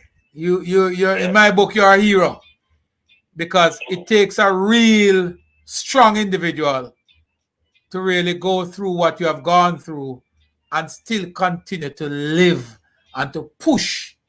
So kudos to you, and we are hoping and praying that at the end of this conversation we can see something happening positively for you. It's about where you reside before, how you lost your house. Walk us through the Finsac story now. Okay, well, I was living at 150 Patrick Drive. That's my home that I bought from in the 80s. Mm-hmm. Well, I was doing my business was like I travel island wide. I go from market to market and sell my product, like made goods, raw material, just everything, including fabric. Yeah, fabric. Mm-hmm. Yeah. I used to even sell at the flea market or by Trafalgar Road and so. Mm-hmm. So from there at the flea market, I met this young lady who was selling insurance for Eagle Insurance Company. Eagle, yes. Yeah, and she invited me to purchase one of her policy to cover my family and, myself and family. Mm. Well, she told me that if I buy the policy, I could get some money to borrow from the merchant bank on the policy, where it would mature just as I buy it. Mm-hmm. So I buy the policy, and about a couple months after, she recommended me to a gentleman at the merchant bank by the name of Mr. Mesach Willis. Mm-hmm. She even take me into him and introduced me to him. Mm-hmm. And after some conversation, he told me that the policy would be too young to get a drawdown on it. But if they have any other collateral, they would give me a loan. Mm. So I decided to, my wife discuss it, and he said I could just try with 100,000 at first. Mm-hmm. So we go through all the paperwork and we get the $100,000.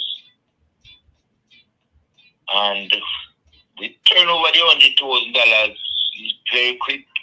By the year end, we know that we decided, so we're going to pay off back the loan.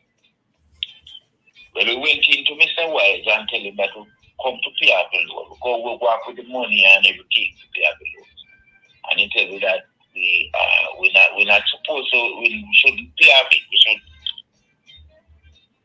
put lots of money, and then he's going to give us a revolving loan agreement. Mm-hmm. So that we could use the agreement now and purchase material, and then we are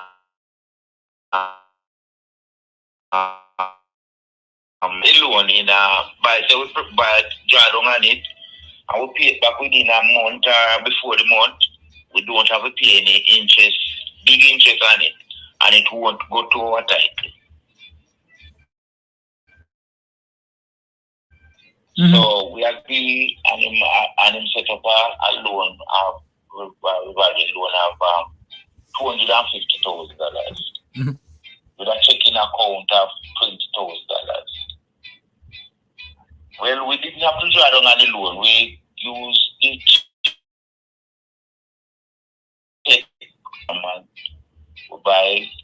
We take post-dated check. I can give you the goods, and we sign the check. Post-dated for 15 days sometime, 21 days, and in 30 days is the limit.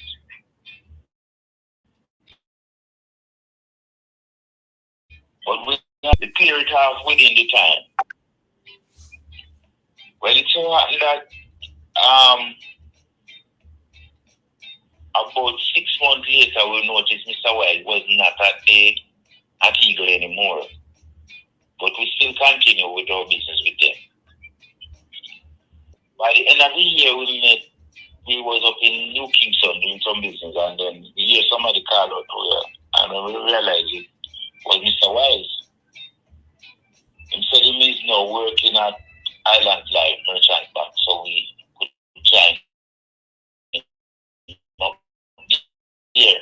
And we see him, and we sat down and tell us that he will take care of all the business. He will clear up, settle up with whatever we have with Eagle and turn over the account to Island Life. Mm-hmm. And and then we could sign up for a loan of $1 million. Oh. Well, with the $1 million, we was planning to open a store. So my wife would stay in the store, and I would go around the island, and she would employ other people, and she would stay in the store, and I would do the road work. But of which we used to have at least 2 people work with us, plus other people, some young lady who stay home with our children and so. As helper, you know. Yeah. So, $1 million.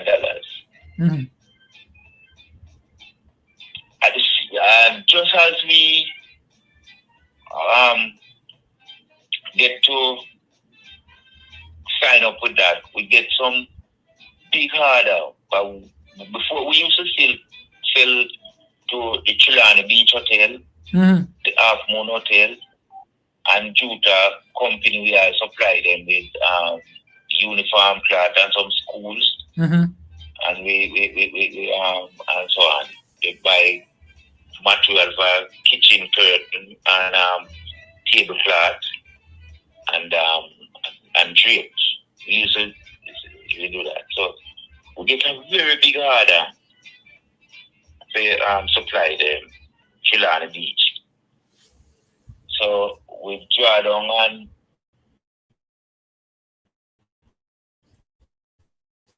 $50,000 first, and then we go back and we draw down on another 100,000. But in all, we draw down on is $480,000. That is from the 1 million line of credit that you got. Out of the 1 million line of credit, we draw down $480,000. But we pay back those money very, very fast, because as soon as we get the payment from the people who we supply, like the hotel, the Juta, we just get the check straight to Mr. We keep on doing that, and at least every week, every other week or 2 weeks, we give him some check and whatever cash we have, we keep on paying, because we never want any loan to go to our type, because we were very scared of losing our house and so on. So we try our best to keep our house out of it. But it's happened that by the end of the year, Mr. Wild send me a letter and say must come into that. When I go and tell me that my monthly installment is $105,000 a month.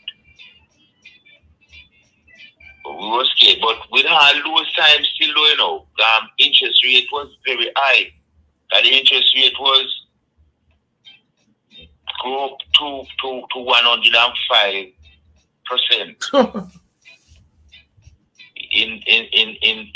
in the 90s, yeah, the interest rate was climbing high. So that is one of the reasons why, again, we never want any thing to go to, any money to go to our title, because at that rate of interest we couldn't pay it back. But because the business that we were doing, it was so good, we could be able to take those money and pay it back very quick. The business was going on good. You got orders. You had big order from hotels like Chilani Beach Hotel, and you're saying that this was to supply them with fabric for them to make drape for the hotel. Yes. Wow. And tablecloth. Them used to buy this and them get somebody and sew the tablecloth with big roll of material we sell them and so on. So we able to pay back these money. We never have no hitch to pay back the money. So when Mr. Wild tell you that we have that mortgage for... Just a second there, Sir Will. Winner, yes, he did say 105%. Interest rate went up to to over 105%. Carry on, Mr. Willis. Yeah, go ahead, Mr. Willis. Oh, yeah. Interest rate was very high, at least, but when Mr. Our mortgage rate now will tell me that it is 105,000 we have to pay per month for mortgage, so that was very frightening to us. We never know, we didn't even expect that. So we go back to him and ask him about some statement of the account, and then give us about 3 to 4 different statements, and each one of them have different figures. None of them don't correspond with one another. Wow. So we said, no, this is strange. So we go now and we say we have to seek a lawyer to deal with it. So we go to a well-known lawyer and ask him if he could deal with the matter for us. Him write to Mr. Wiles, and Mr. Wiles sent another statement to him and said that we should pay back at least 700,000. So they wanted us now to transfer the account to a different bank and get that bank to take over the account, and we would have that $700,000 on our hand as our mortgage. But while we was into the lawyer office, him get a call that him have to go out. So him tell one of him secretary say he write up the agreement with us and then we sign it. But as him step to the door, the secretary call him back and say to him where him going to get those money from to pay off the bank that we going to get. Him going to get the loan from. So him tell the young lady say, how them we do, just take it from our next client money and pay off that money, and when they get the money from the bank, they use it and put it back into that. So we say, oh, no, that is thrown away. So we said, no, we're not going to sign any document. We leave. Then why? So we find another lawyer now, some weeks after that, and we explain to him write to the bank and him write to the head of the bank at this time and ask them for the statement of the account. When them send the statement of account now, we realize that several mortgage add to our titles with different loan, a loan of 700,000, 1.2 million, and the 1 million and some 400,000 and 200,000 had it to our title with some mortgage deed that signed that we don't know nothing about those mortgage deeds. Some of them signed without date. Don't have any proper date on it. Some of them, some JP from Spanish Town, some lawyers, and it said that they confirmed that we wasn't present when they signed it and all those kind of things. So unfortunately, while that was happening now, when we get that now, and I tell the attorney say him should take action with it. Well, him write back to the company and tell him that a lot of discrepancies on the account, so he needs some clarification with it. Them write back to him and say he must come in with the discrepancy, let them see it, and we can work on it. Just as we are about to get the letter to go to them and to so forth, then that's the time Finsac take over the banks then and close down about quite a number of banks, including Island Life, Eagle Commercial Bank, Jamaica, but couple banks with. Yes, but amount of bank, yes. Yeah, and some insurance companies. So right here now, we never have any chance now to talk to the bank again. We have to talk to the Finsac, the people who control Finsac. Mm-hmm. Unfortunately, the same time now, I meet into an accident. Oh, wow. Where I admitted in the hospital. My foot was broken in 3 different places, including my hip. I was in the hospital for quite some time. Mm-hmm. So, Mr. Willis? Hello? Can you hear me, Mr. Willis? Yeah, man, he's hearing you. Yes. This is Petal. So when you meet in the accident, did you get any compensation, and how did the accident affect you? No, I didn't get any compensation because the young man who was driving the vehicle looking to crash into my vehicle was underage. Oh my. And the insurance company don't recognize him. And unfortunately, he died on the spot. Jeez. Oh gosh. He died now. He don't have any estate. For you to sue or nothing. The parents are nothing.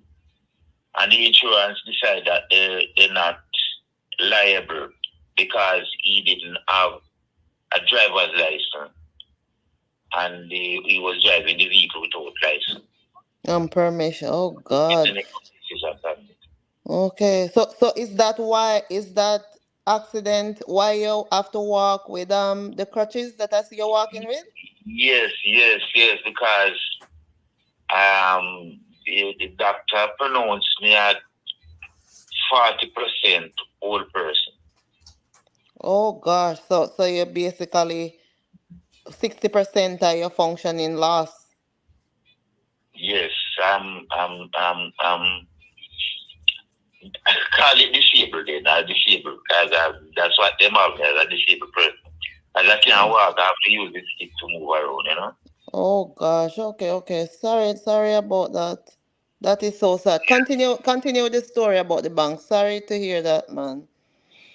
Yeah, and because of that, now even if I could have with the banking, if me could have even fight back by working back my way out because of the disability and the amount of time I'm spending to the hospital and cost me a lot of money during that time. So that is another big setback. Yes. So here is it now. The Finsac people them sent some letter, 1 or 2 letters to my house, and I tell them about the discrepancy and the titles and the fraudulent happenings and it, but they decide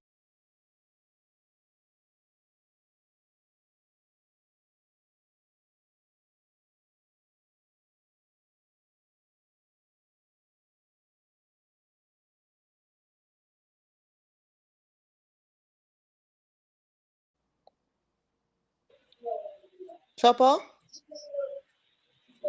Mr. Willis? Chris? Come on, go ahead, Mr. Willis. You're good. right. So I thought that I don't get the Finsac government. I don't know Finsac. I point out the discrepancy to them. Them don't respond. Well, what they do now, they use this company, them form a new company named Reefing Trust and transfer the mortgage, the house document them from to Reefing Trust because them apparently them couldn't use the Finsac thing. So them changed the Finsac from Finsac and call it Reefing Trust. So then use Reefing Trust now to transfer the title to Reefing Trust. Then them transfer sell now the asset to another company that they formed in Jamaica Redevelopment Foundation. And this company now was run by a man named Dennis Jocelyn from Texas. So they continue with it.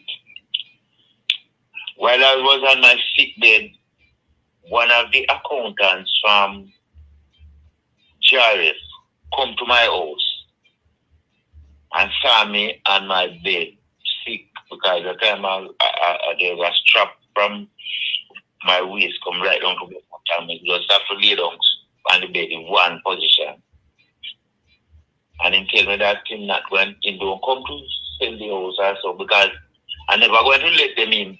But him saying don't come sell the house.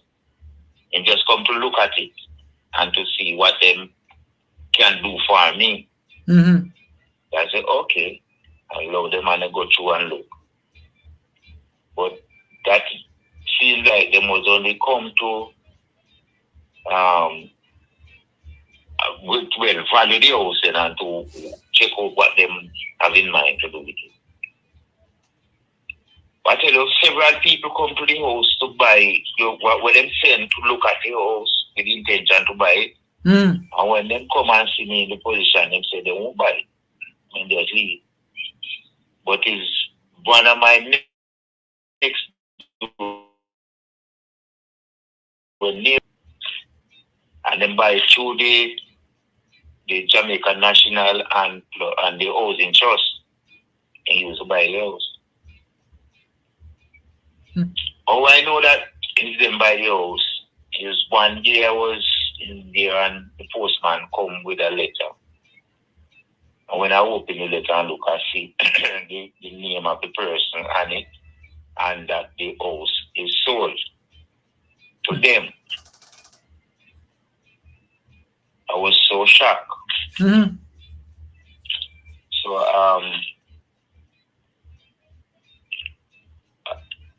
I take it to my church family because I'm a member of the Seventh-day Adventist Church. God bless your soul.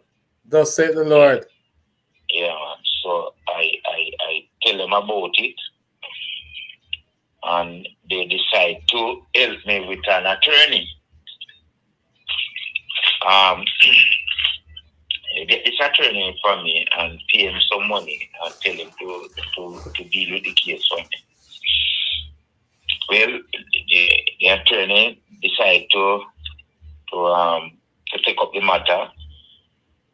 I went down there, take taxi and go down there because at the time now I could have just, move around here. Not even move, just scramble, go in at the taxi, go down there, scramble, go there and come back to my house because there's nothing more I could do. But I go there and then write up the claim form and so on and so forth. And what he said to me now, he wouldn't file it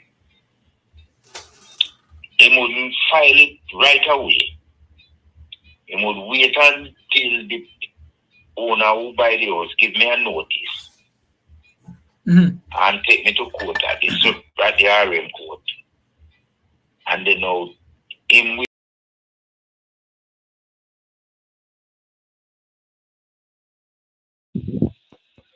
Gone again. Everything would go to trial at the Supreme Court. So I say, okay. All right, I leave now. But because me cannot move up and down to go to his office and to do that, I mostly talk on the phone.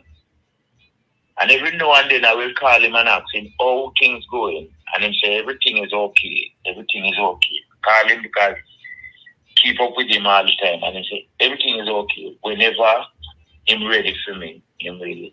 Call you. Call me. Mm-hmm. So I have it say, well, then everything is okay with you. Only to behold one morning, I was in my bedroom with my little granddaughter and me and my wife in there.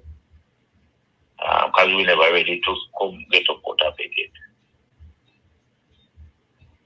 And at the time my little granddaughter was just 2 months old, but my mother was working. And she gone to work and leave her with us.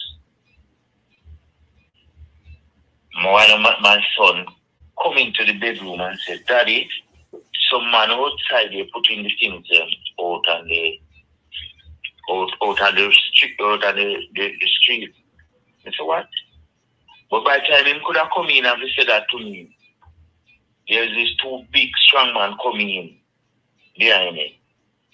And so we have to come out of the house today, immediately. So I said, no man, nothing can go so. Then say, well, you will see. So me get confused now. We was so frightened, my wife get frightened, everybody get frightened because we don't know what is going on. We have the lion number and that even that I couldn't remember at the time. Everything just captured in a mess. I turned full. Anyhow, all I could do just put on some clothes and call one taxi and say, let me go down at the office and talk to him. When we reach on, I go down at the office and tell him what happened. Say some man in Charlotte up there putting the things in what I do right away. He tell me that there is nothing he can do. As everything is out of his hand now. When he said that to me, that is this time now, it's like a ton of wall come down for me. It's like my blackout, I turn fool, I don't know what to do. So I couldn't talk. I was speechless. And then now, him take out the file, a big pile of file, and give it to me and say, they must go and say, me can't find another lawyer. Well, I take the file and I come home with it. When I reach back home, I see everything that I own into the house and the street. Line the street down from about 2 chains down the road. Because me have a whole heap while I was there, me buy some material. A place was selling out some material and buy them out. Because me have some way how I could sell them to some people who make furniture, then buy it for the put it on the bottom of the settee and so on. And they alignment to them settee and base bottom and so forth. So we have a very good market for the material. So people would come and they will call and make it harder and they will get somebody, take the order to them and support or they will come for it. And I have all those materials pack up in one and two. A whole lot of material and take out everything to them on the roadside. And just as I come home, shortly after that, the rain comes down. Here comes the rain. Aye. And the rain falls heavily that there was a gully run beside behind the house. But after the time when it overflow, it come and go onto the road. It don't come near the house, but it run in the road. And the rain come and the gully overflow and it flood the material them and wet up everything, the bed, every Jesus thing wet up. And he's one of my next door neighbor. Give me a catch into our garage. That's where me and my family have a stay for the night and the following day until one of my daughter, baby father, had a little place on a 6 mile in family and then tell us to come down there. We could have just go with a few of our things because the place was so small. They couldn't hold anything much, but we could get with bed and a few other little things. And then whatever we just cringe up in the little corner down there. And from right there is a very hard task, right through. We moved from place to place. Well, come back to it now after the church sister we go to different lawyers. None of them would want to take up the case until we go to the General Legal Counsel and tell them what took place with me.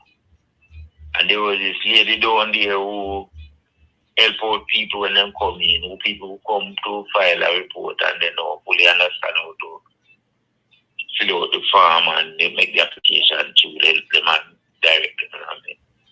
Clear the papers, I'm sure, and she was so shocked with what happened. And she appointed me same time to go to the legal, thing there. The General Legal Counsel? Not the general, the courts? The legal lawyer, legal aid. Legal aid, right. Legal aid clinic. Legal aid clinic. Yes. Right. So she sent me to the legal aid clinic, and the legal aid clinic appointed me to this little lawyer named Miss Janet Scott. When she charged me $10,000 to put the matter in the court. Mm-hmm. And I never have it same time, but within 2 weeks somebody helped me and we back up the $10,000. But she never beat as fast as she should. She take at least a month before she filed it. Mm. But anyhow, she filed the matter and the court, within about 2 months after the court ruled that I should go back into my house. But what happened after that now, the party in question now, them file appeal the material, them the court. They appeal the case, you know? Yeah. So the lawyer tell me now that you shouldn't bother going there because it's the appeal. They win the appeal. So you want a judgment from the Supreme Court giving you an order to go back into the house that they just evicted you from? Yes. And at the advice of your lawyer was saying to you, don't make sense to go back in there because they appeal and you might lose the appeal and it's going to be a little issue there. Just like that, right. So you didn't go back into the house? I didn't go back in there. Mm-hmm. Okay, carry on. Within 3 months after that, the appeal court started. So we go one man into the court and when we go, this judge, the head judge of the appeal court. Justice Seymour Panton? Yes. Mm-hmm. Yes. Mm-hmm. That's him.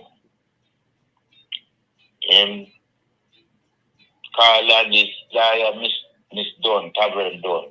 Yes. And she was representing who? JRC? No, she was representing the Yvette Coombs, that is the person who buy the house. Oh, the person who purchased the house. Okay. Right. So them call her up first to give the to explain for herself in the matter. Mm. When she started to talk, and while she talking, it seems like what she's saying is more lean to my favor. Mm. So the head judge call and say, well then, they're going to take a recess. Then go into them chamber and them spend about an hour and a half. Hmm. While they was in here, there's about more than a dozen also lawyers from the Attorney General office was in the courtroom. Yeah. So each one of them was making their suggestion what they are going to say to the judge when the judge come back. Mm-hmm. And then frame up what they're going to say, and when it sounds good to them, they make the high five and say, yes, that must work and so forth. So they must be on them carry on until when the judge come back into the courtroom. The judge come and say, all right, this matter is going to adjourn today because I'm going to rule on it today. Yes. So I'm called back to see Miss Dunn again. And he said, Miss Dunn, carry on with your evidence also. So Miss Dunn started to talk again. And while she talking, the judge said to him, what is Mr. Pantan, said, Miss Dunn, what are you saying there is not going to help Mr. Coleman case. Now, Mr. Coleman was representing Jamaica Redevelopment Foundation and Dennis Justly. Because the matter was put before the court was against Eagle Merchant Bank, Island Life, Reefing Trust, and Dennis Justly and the Jamaica Redevelopment Foundation. Mm. But Reefing Trust and Island Life and Eagle didn't have any representative. Only Jamaica Redevelopment Foundation and Dennis Justly was represented by Mr. Coleman. Mm-hmm. So the judge said to Miss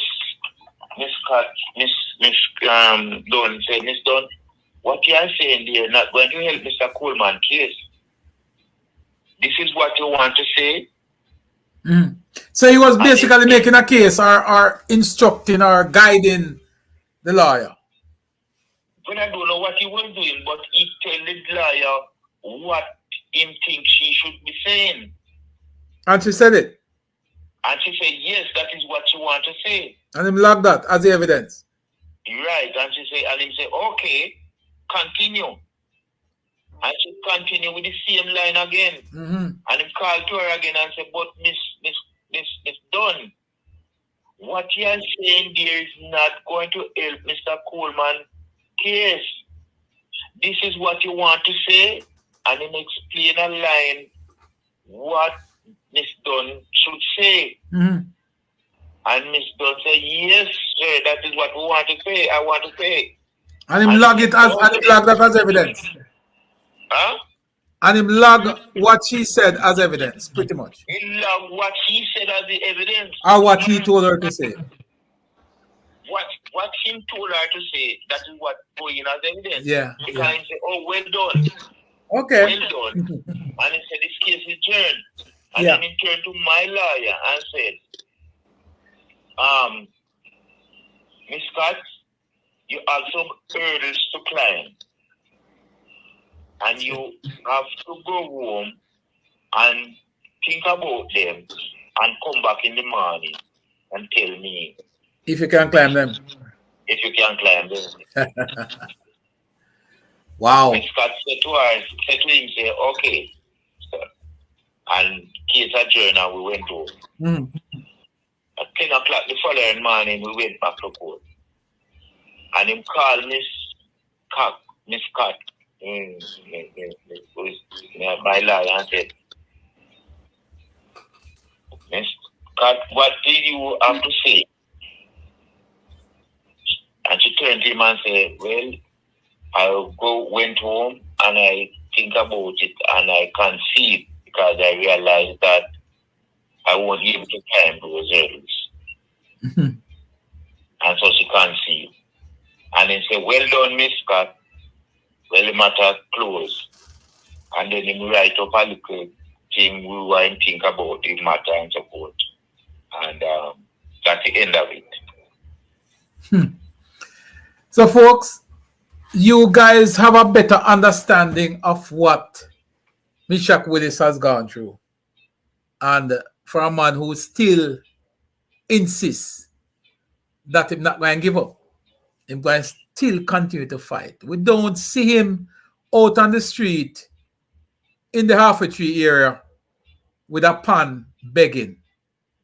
We see him out there and we see him.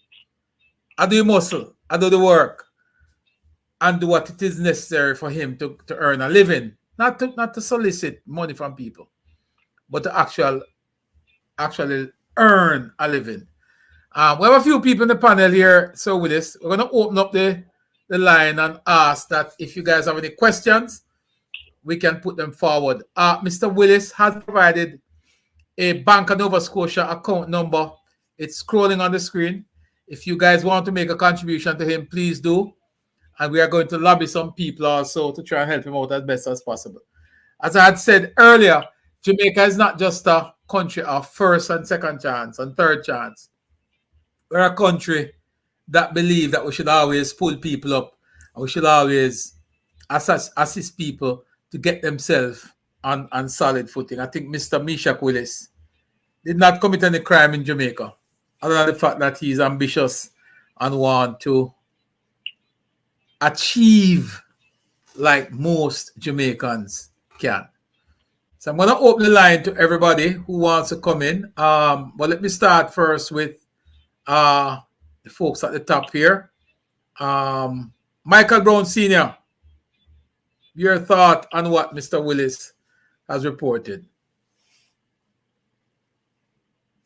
Oh, just a second. Let me bring Michael in here. Yeah, go ahead, Mikey. Yes. Boy, it's a sad day. It is a sad day. Somehow I'm getting the impression that the lawyers were intimidated. You know? They just abandoned the case just like that. With no explanation and all of that.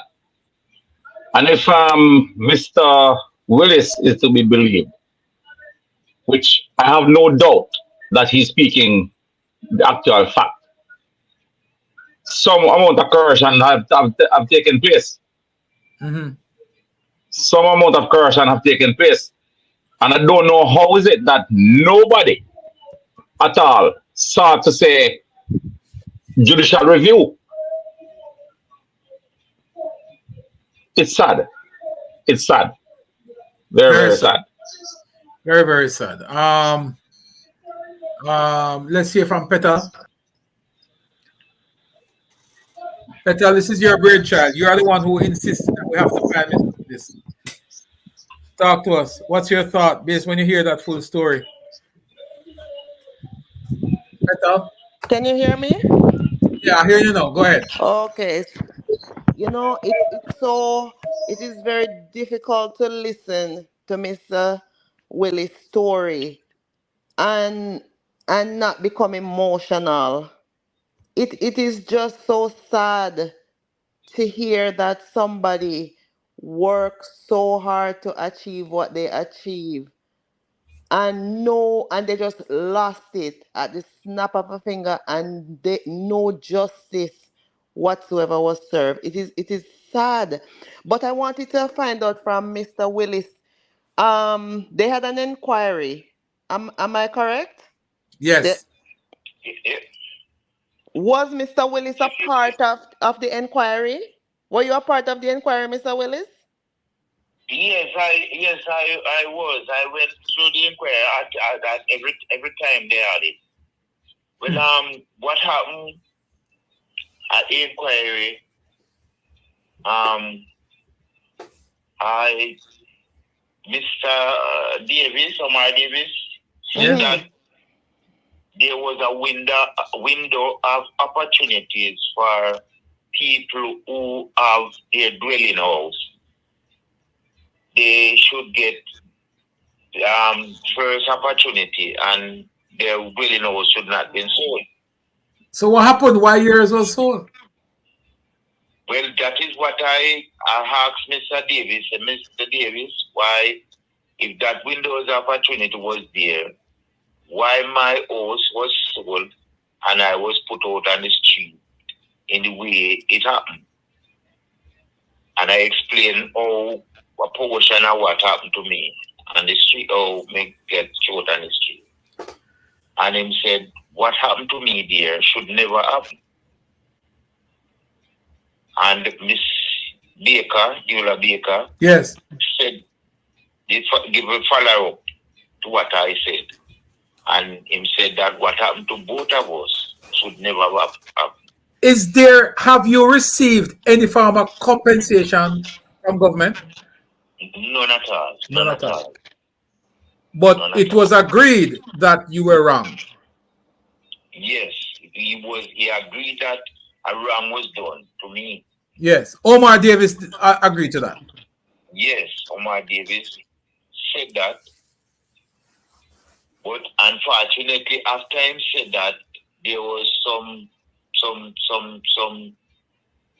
people like who tried to throw cold water on it and said that I was get paid from some party or another to come and say what I said. Well, can I ask you this? Because we sometimes can be judged as a political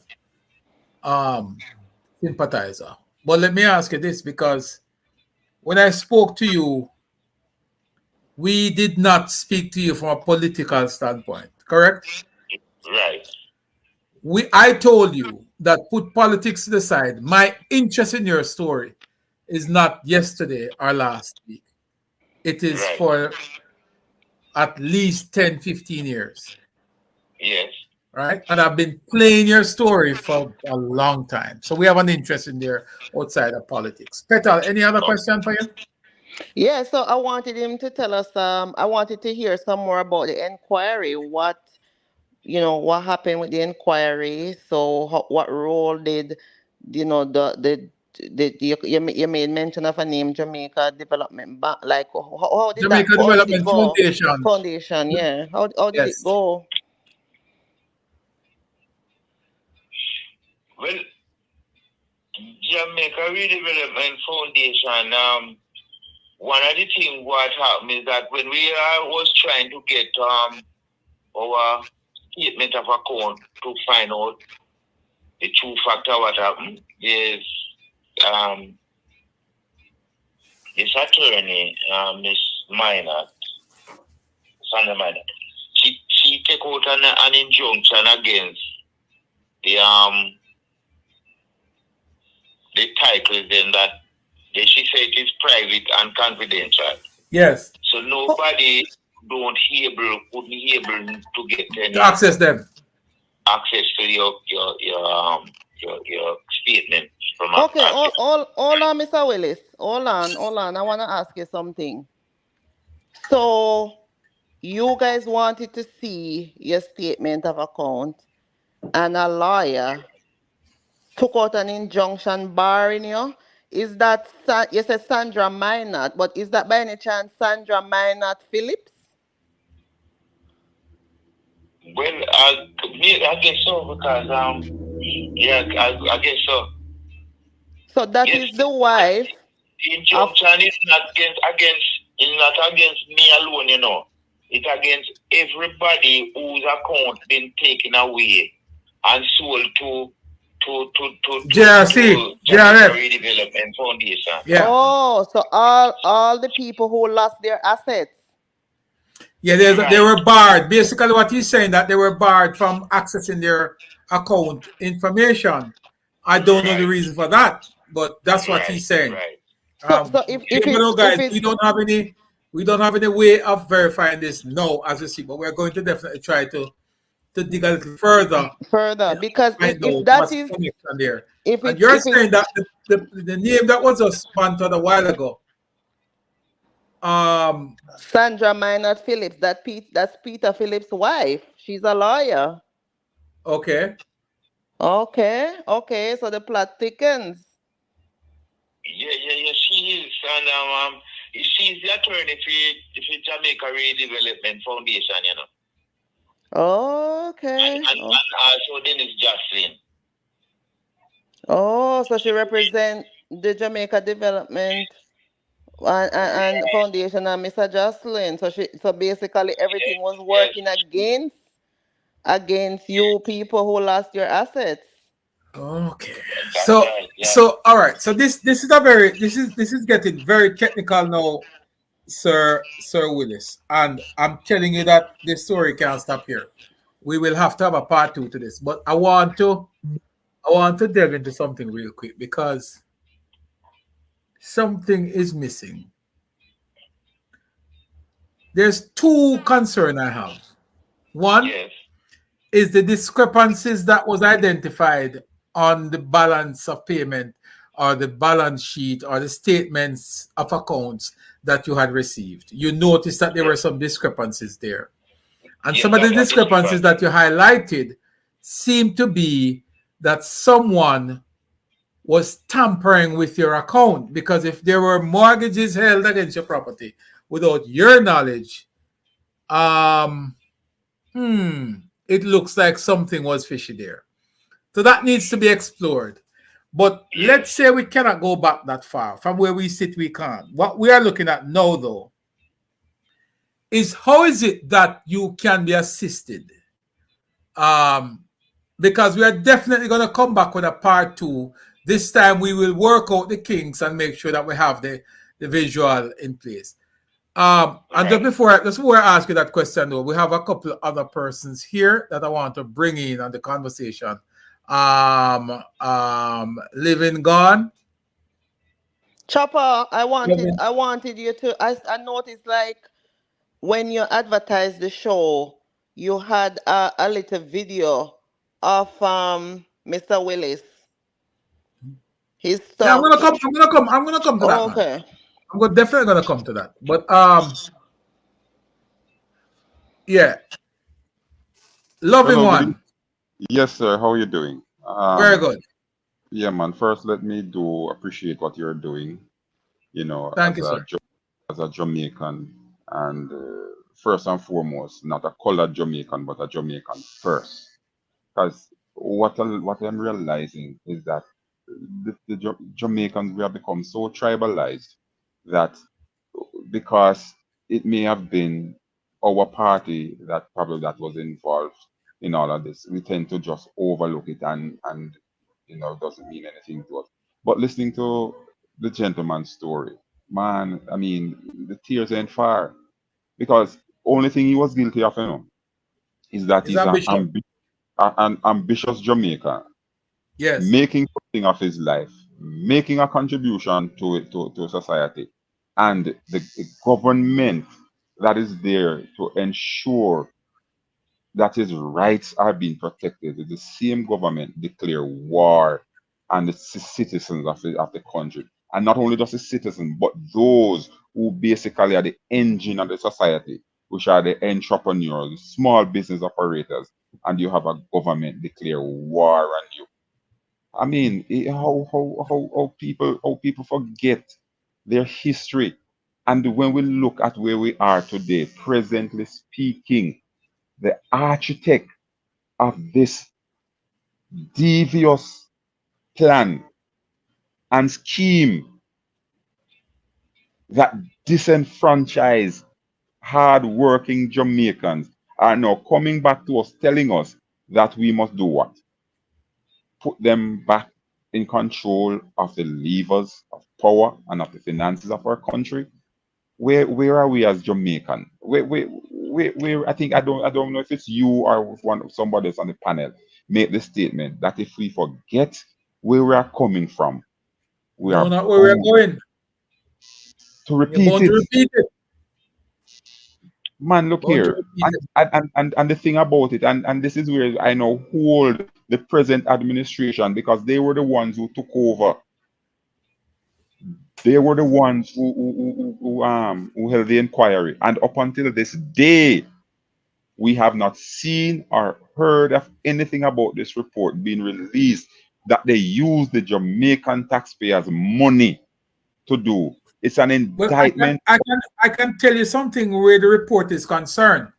Because while everybody was clamoring and holding for a report, and I believe that something should have been published where Finsac is concerned.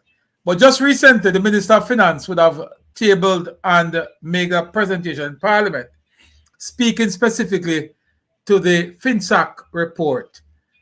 What he stated was that the government has taken a decision, cabinet, not to publish a report, but to take it a step further and to provide the transcript of what took place at the inquiry. Now, if you understand what a transcript is, a transcript really digs a little deeper than what a report is. A report is merely a summary of a transcript. So when the government take that decision to present the entire transcript, I think that's a blessing in disguise. So as we speak, that is being loaded onto a special website that will make it available to everybody who wants to see what happened.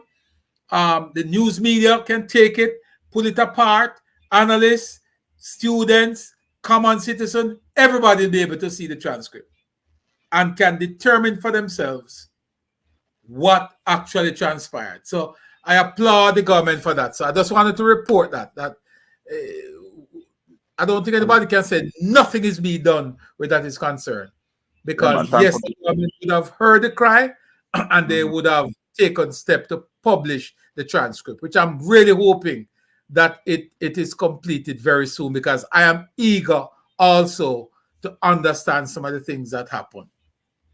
Thanks for that information, man. It means a lot. Go ahead, loving one. And just for the gentleman there, some of these people that are getting awards and all of that don't deserve it. People like him are the people who are supposed to be rewarded, because after having gone through that experience and you still stand and you still have that dominant entrepreneurial spirit to say that if you get the opportunity, you make another try of it. I mean, well, while you're at that, and I'm happy, Mr. Loving One, that you bring that one up, because as it stands now, and when I asked him that today, he was very optimistic and would love for an opportunity to get back into business. As much as he's not as mobile as he used to be, but he would love to get back into business. And what I admire a lot about Mr. Willis is his willingness to achieve, to work, even though he's pretty much disabled now. But he still wants to work. And there's an opportunity here, folks.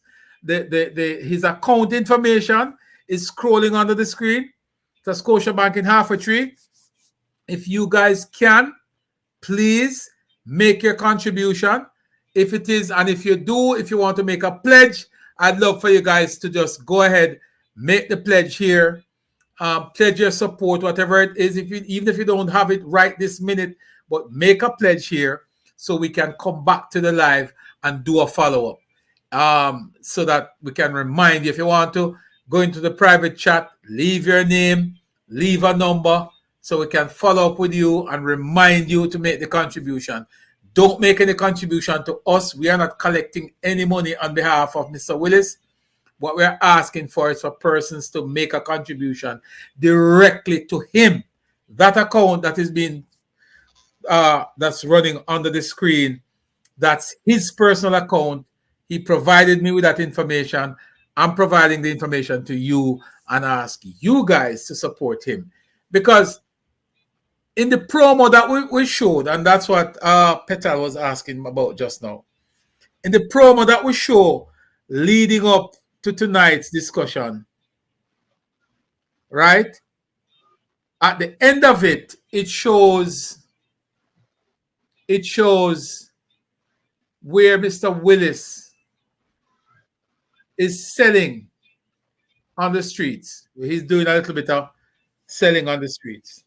And of course, you know, the police would have been called to remove his stuff. And they did it in such a unceremonious way, borderline disrespectful. But again, if Mr. Willis could survive his personal belongings in his 6-bedroom house, removed and tossed on the street, rain come and wet it, sun come and burn it, lost all of that, I don't think that the police removing his stuff in a disrespectful way in arbitrary would faze him.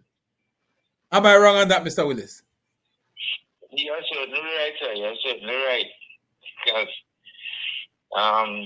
you know, these things that really happened to me, it's not very nice at all. But I mean, I don't know. I wouldn't believe, I wouldn't put myself as a strong person. I believe whatever happens is just God gives me the strength to overcome all these things. Well, whomever gave you the strength, and I know God did, you are using it to its full capacity. And I tell you something, continue. Don't stop.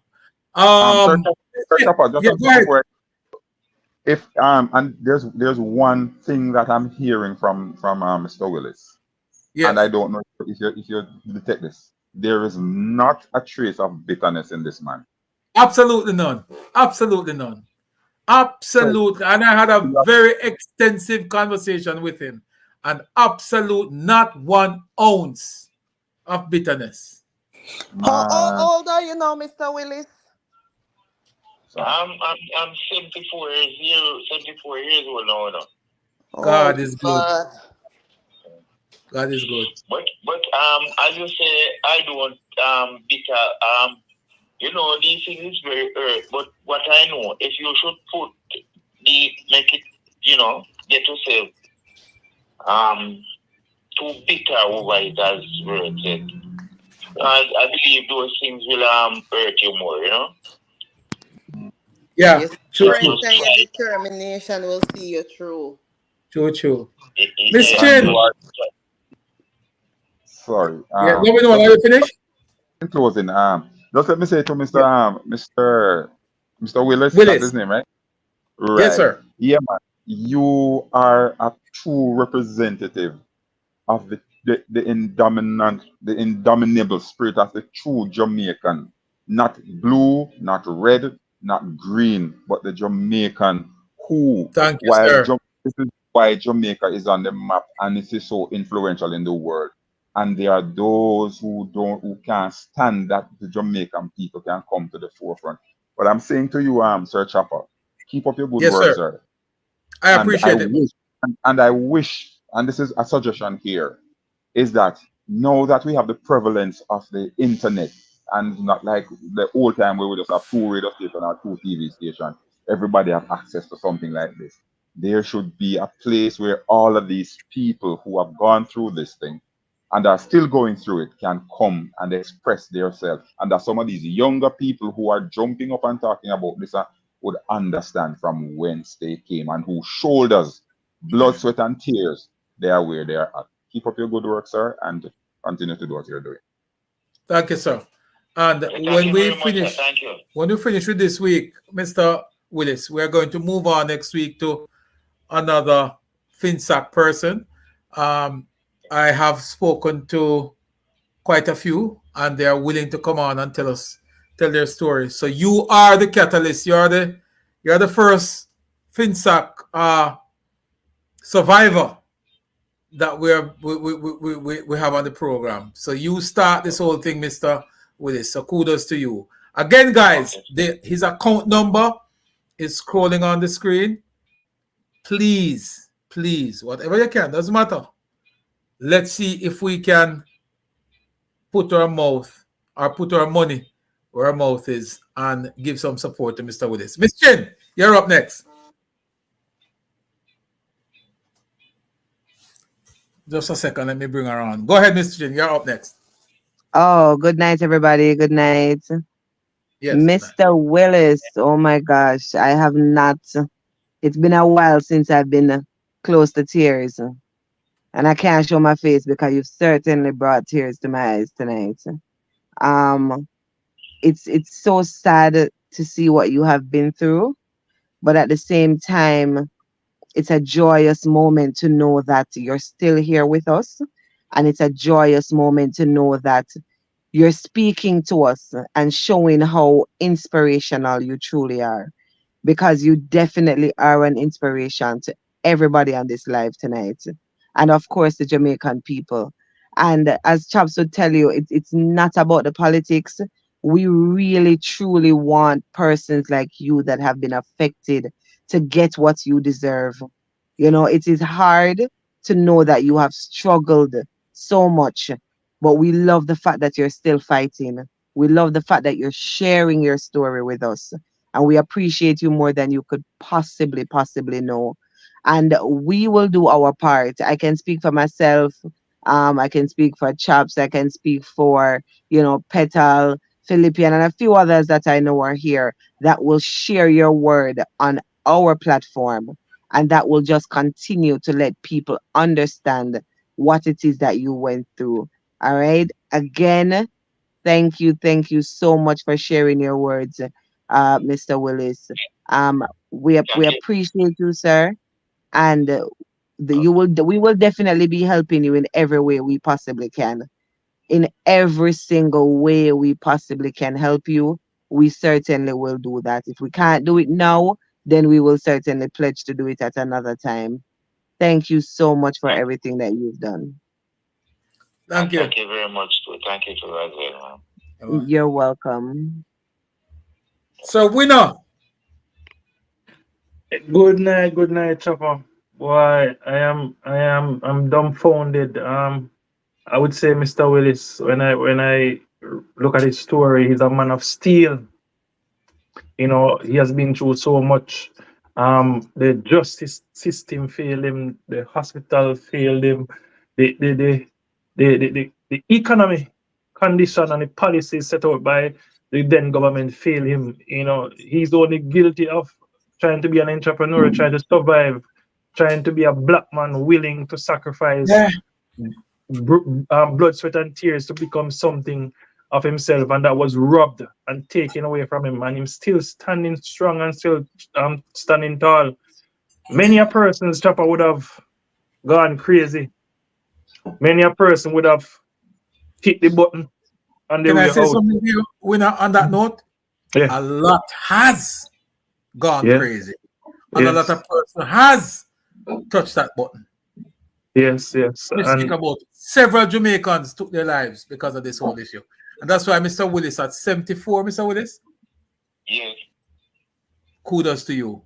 Keep And, it and, together. and Chopper, that is why it hurt me when you ask a government that is seeking power, what are your policies, and they are not able to tell you. They don't want to tell you. They want to put it into play for you to understand what is going on. And you have people like Mr. Willis who have experienced what it is that bad policies have done to their lives, you know. And Mr. Willis, boy, just keep the fight and keep the strength. And as we say, we will try our best to see how we can assist you to get you back on your feet.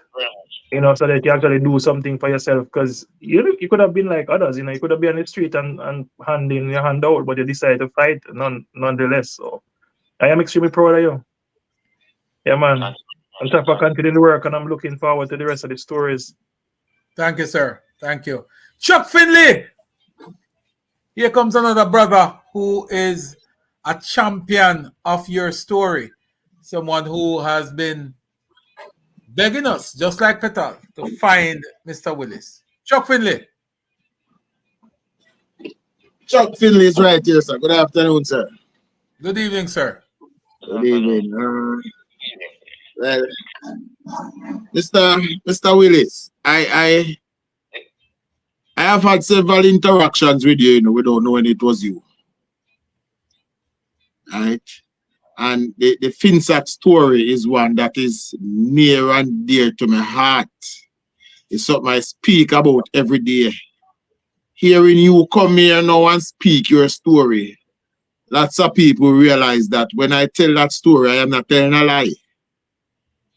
When I speak of the depth and the treachery of these people, I am not telling a lie.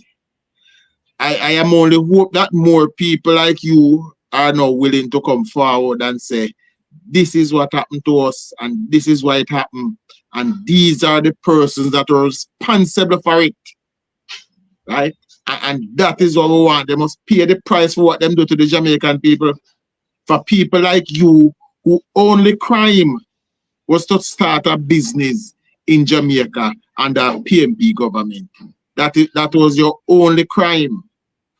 But as the young lady said earlier, it shows extreme strength for you to be talking to us today, right? But not to, I am going to reach out to you probably tomorrow and have a further discussion with you, Mr. Willis. So just listen out. Okay, sir, good, thank you.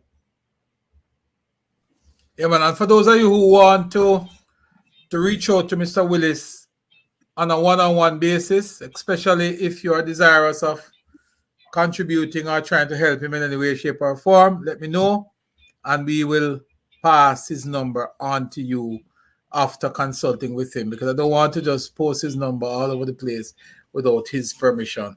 So Sure, if I can add one more. Sorry, please, go chaps, ahead. if I can just add one more thing. Mr. Willis, I didn't say this, and I definitely don't want the conversation to end without me saying this. It's very important that we remember God in this. It is only through God why you are still here. And I don't know how much faith you have in the Lord, but I'm sure that you must have. To still be here and to still be standing, you must be a man of God. But I'm just encouraging you, continue to hold on to God's unchanging hand. You did not know that at 74 years old, somebody would have reached out to you and given you hope. And that is what Chaps Media and the rest of us here are doing. Even if you don't get everything that you asked for, to know that your word is being heard, to know that your story is being listened to. You did not know that that would happen, but through the grace of God, it is happening, and it is happening now. You are still living, and you're not living the life you wanted to live, but you are still here, and you're here for a purpose. You're here to be an inspiration to all of us. Anybody that did not believe that there is life after a hard situation must believe it now, because you went through it, and you're still here, and you're still fighting. So I'm just encouraging you, please, no matter what, continue to hold on to God. Well, thank you very much, and I would let go, because if it wasn't for him, as I said, I won't give myself any credit for the strength.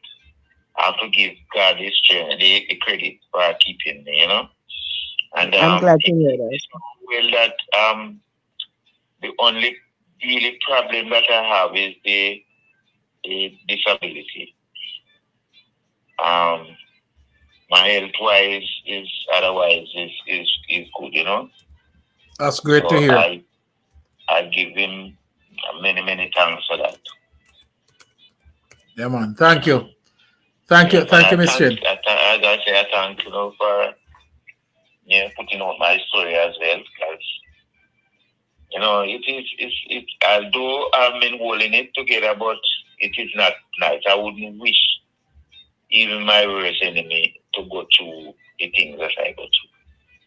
Well, what we are prepared to do, Sir Willis, is to see how best we can get people to assist in any way, shape, or form. Joseph Gregory, greetings to you. Man called Boy G.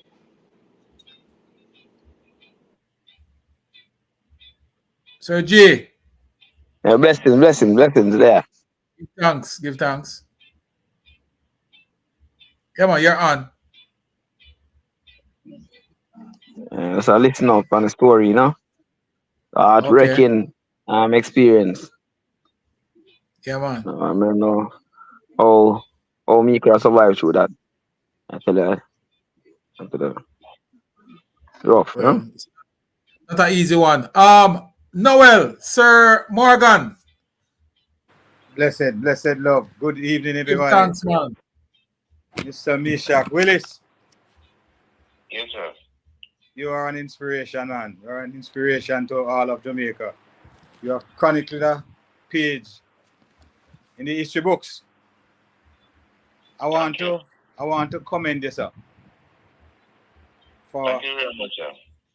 the indomitable spirit, that intestinal fortitude, and obdurate courage that you have shown throughout all of this. The greatest thing that can happen now, and that you have taught us, is that one not dead, no dash. Once there's life, there's hope in the land of the living. Right. I want to also commend Chopper for his great work that he has been doing and for his consistency in pushing your matter, because I have watched it on many occasions. He has sent many videos to my private page that I have seen and have shared too. You Yes, know, sir. this Finsac experience has left this country.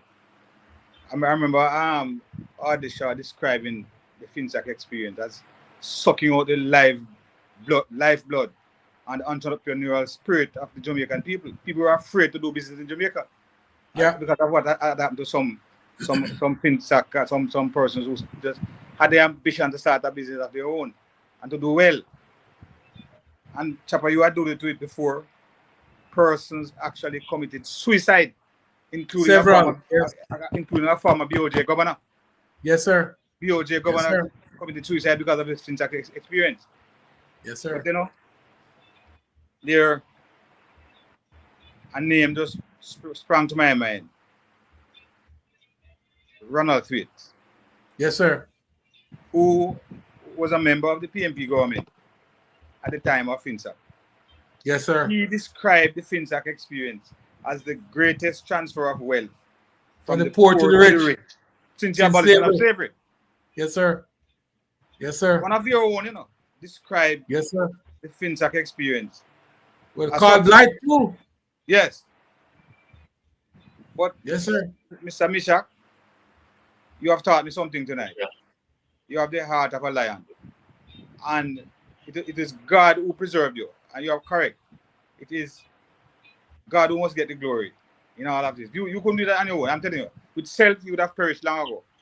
And I encourage you, sir, to keep holding on to God's unchanging hands. And I will be praying for you. I'll be praying for you, sir. I'll be praying for your strength. Because I expect you to get your breakthrough, man. You're next in line for your blessing. All right, Brother Willis? You're next in line. Yes, sir. Yeah, man. Yes, sir. That's my piece, sir. Yeah, man. Thank you, Sir Noel. Joshua, you are up next, but I'm not seeing you coming through, Josh. You need to reconnect there. But Sir Mesach, believe when I tell you, we are going to be speaking to some other powers that be to see what it is that they are prepared to do in terms of assistance. We have 28 minutes to go.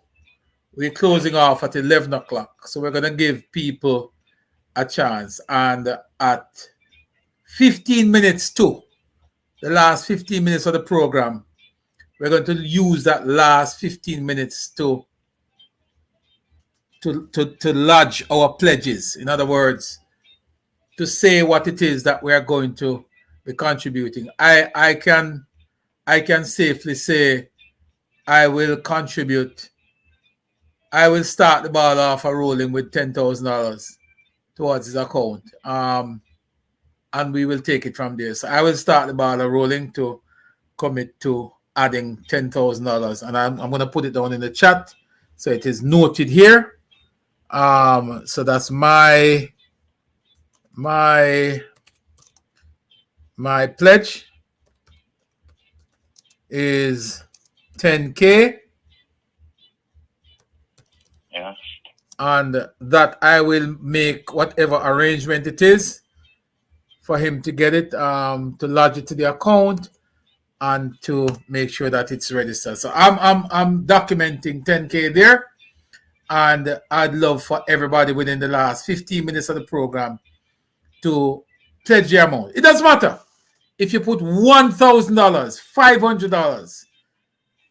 It's the thought that counts. Huh? Yes, sir.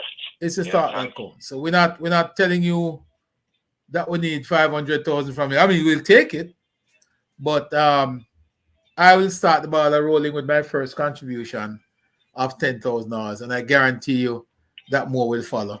Another pledge here for $5,000. Maybe big up yourself. Maybe thank you. So we are up to $15,000, and that's just from 2 persons. We're looking forward to see some more pledges.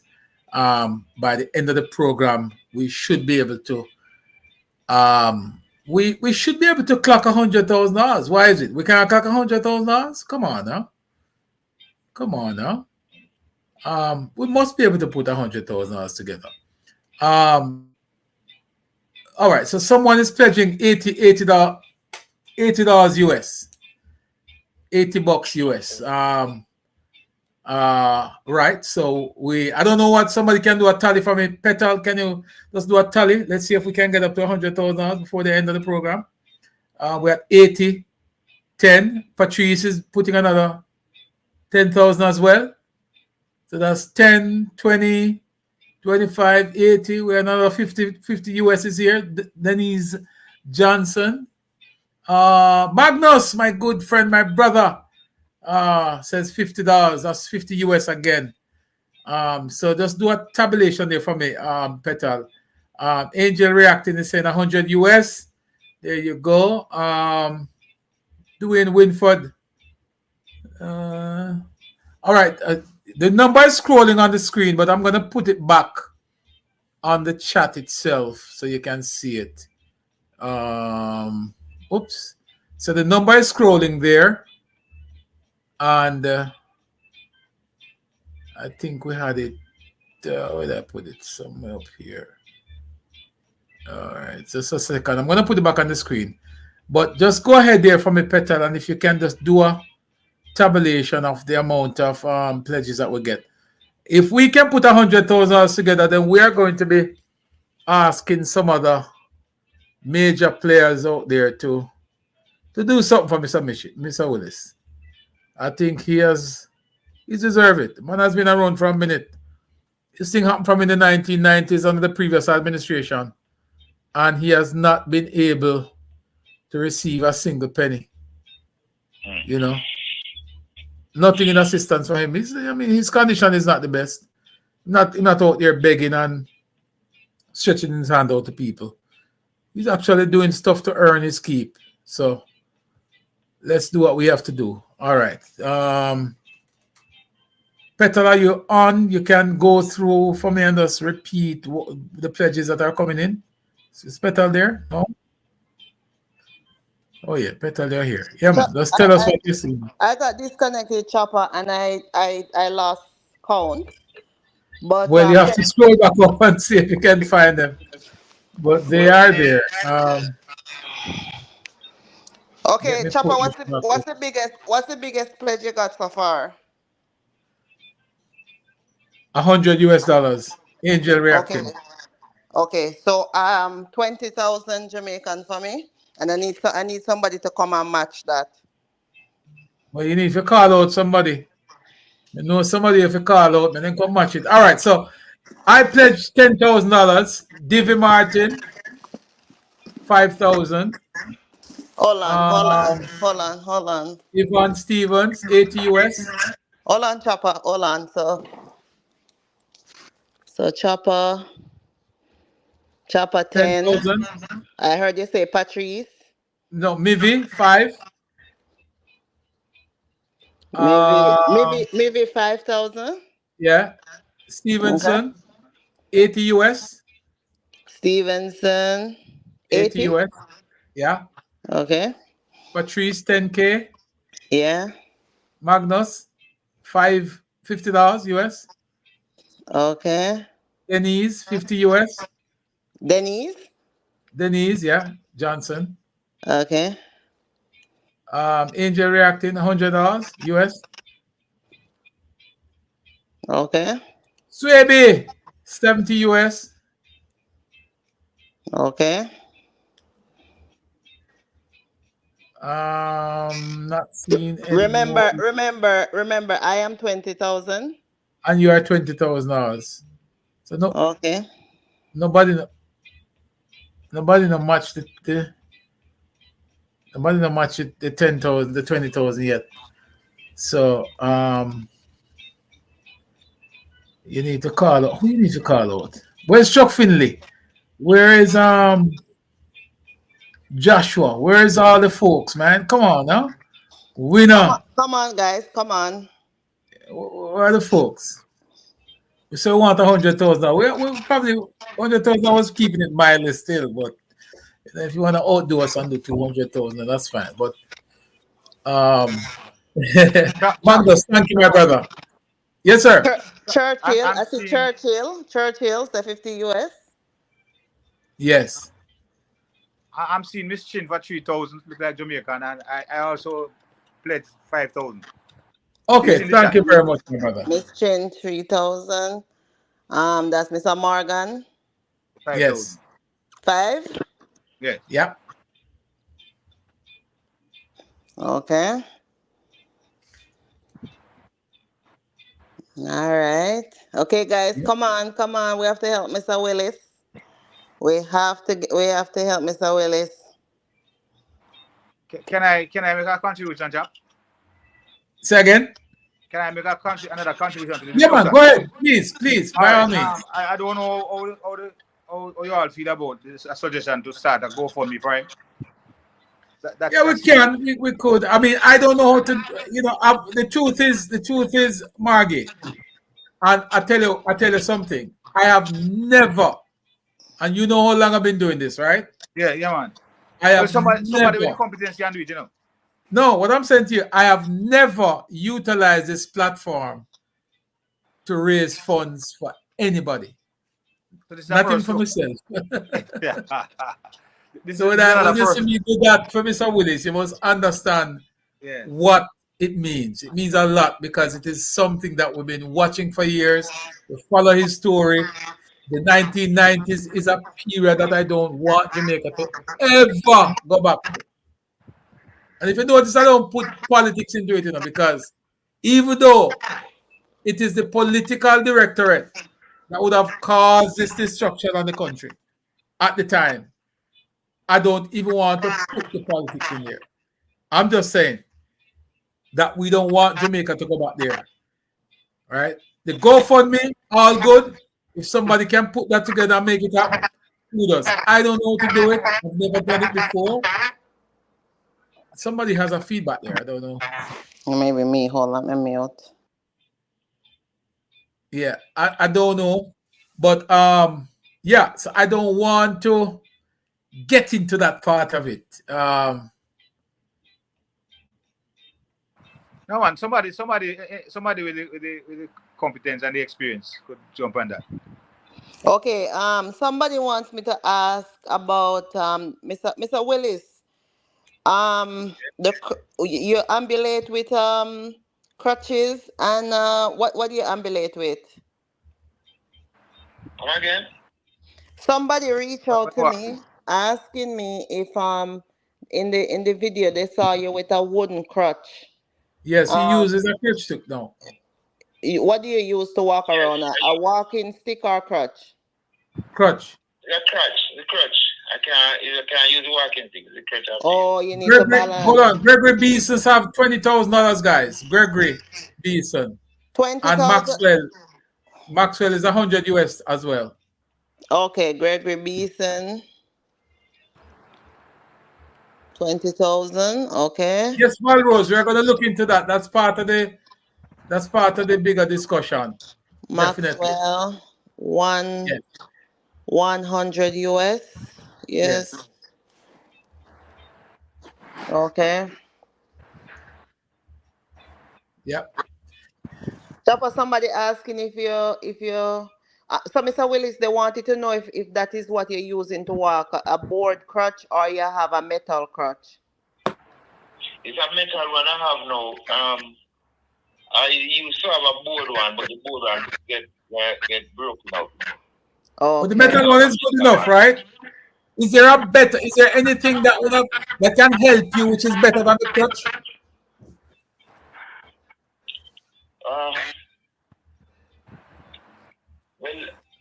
Well, the thing is like it's never transport, but they wouldn't the crutch. We kind of move around with it a little more better because they have the electronic wheelchair, but I don't think because you know I have to go on the road with it because So if you get one of those the electronic thingy, do you think that would be better for you?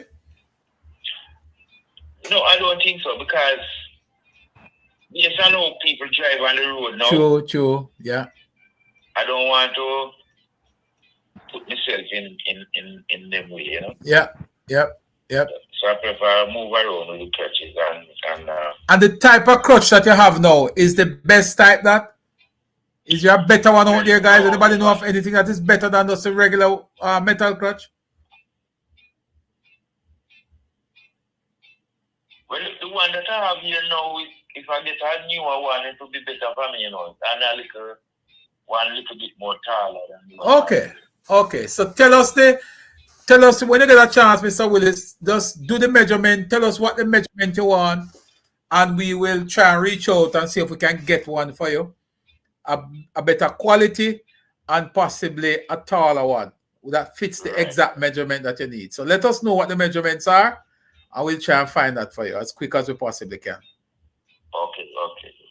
Auntie Patrice, I beg you, see if we can work on that for me. I know you're good on that. Sounds good. Mr. Gregory Beeson, I thank you for your pledge, 20 grand, but I wanted somebody to match me. You see, when I match Chopper said 10, I said 20. So Yeah. anybody who wants to step up to the plate and match me and Mr. Gregory Beeson, please do I have to so. come with 30. Yes. Somebody said that Garfield Reed would like to make a contribution. Garfield. Oh, where is he? Yeah, call Garfield. Garfield will make a contribution. And please, somebody share the live with Elon and some of the other folks who we know will make other contribution. Probably Elon will be able to give us a brand new crutch with the specification that is required. Can somebody nudge him up there for me? Who else? Send it off to Minister Matissa Moda. Send it off to Minister Morgan for me. All of those MPs out there. Send it to them for me. And let's see if we can get something from them. I know I can probably ask Elon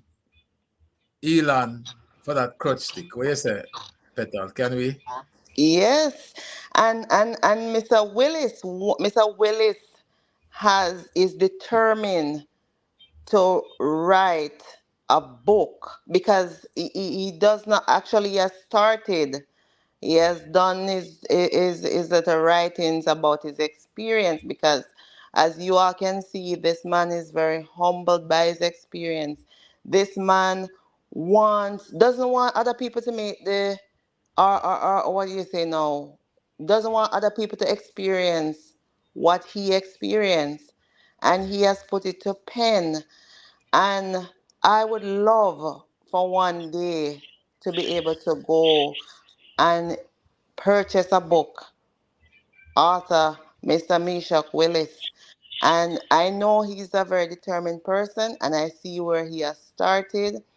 And that's one other thing when I talked to him before, he said he wants to accomplish.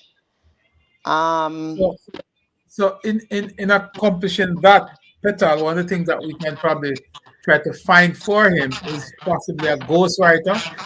And Yes. while we're at it, the book that he has already written, we can you have enough feedback there, Petal? Mute your mic.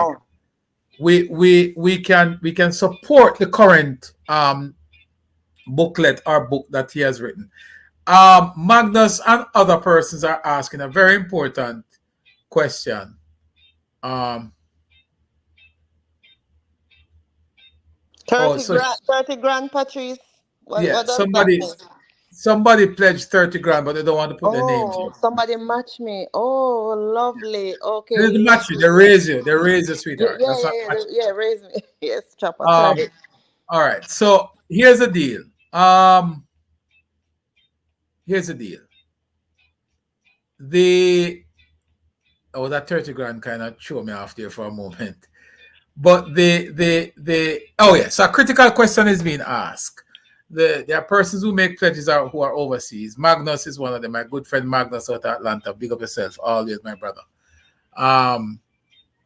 We are going to coordinate with one person in Canada, one person in the United States, and one person in Jamaica.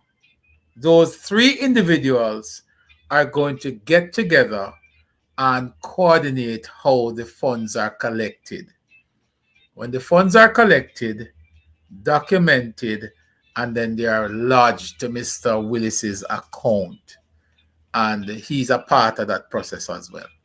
So there's transparency and, it is handled. I know my people here.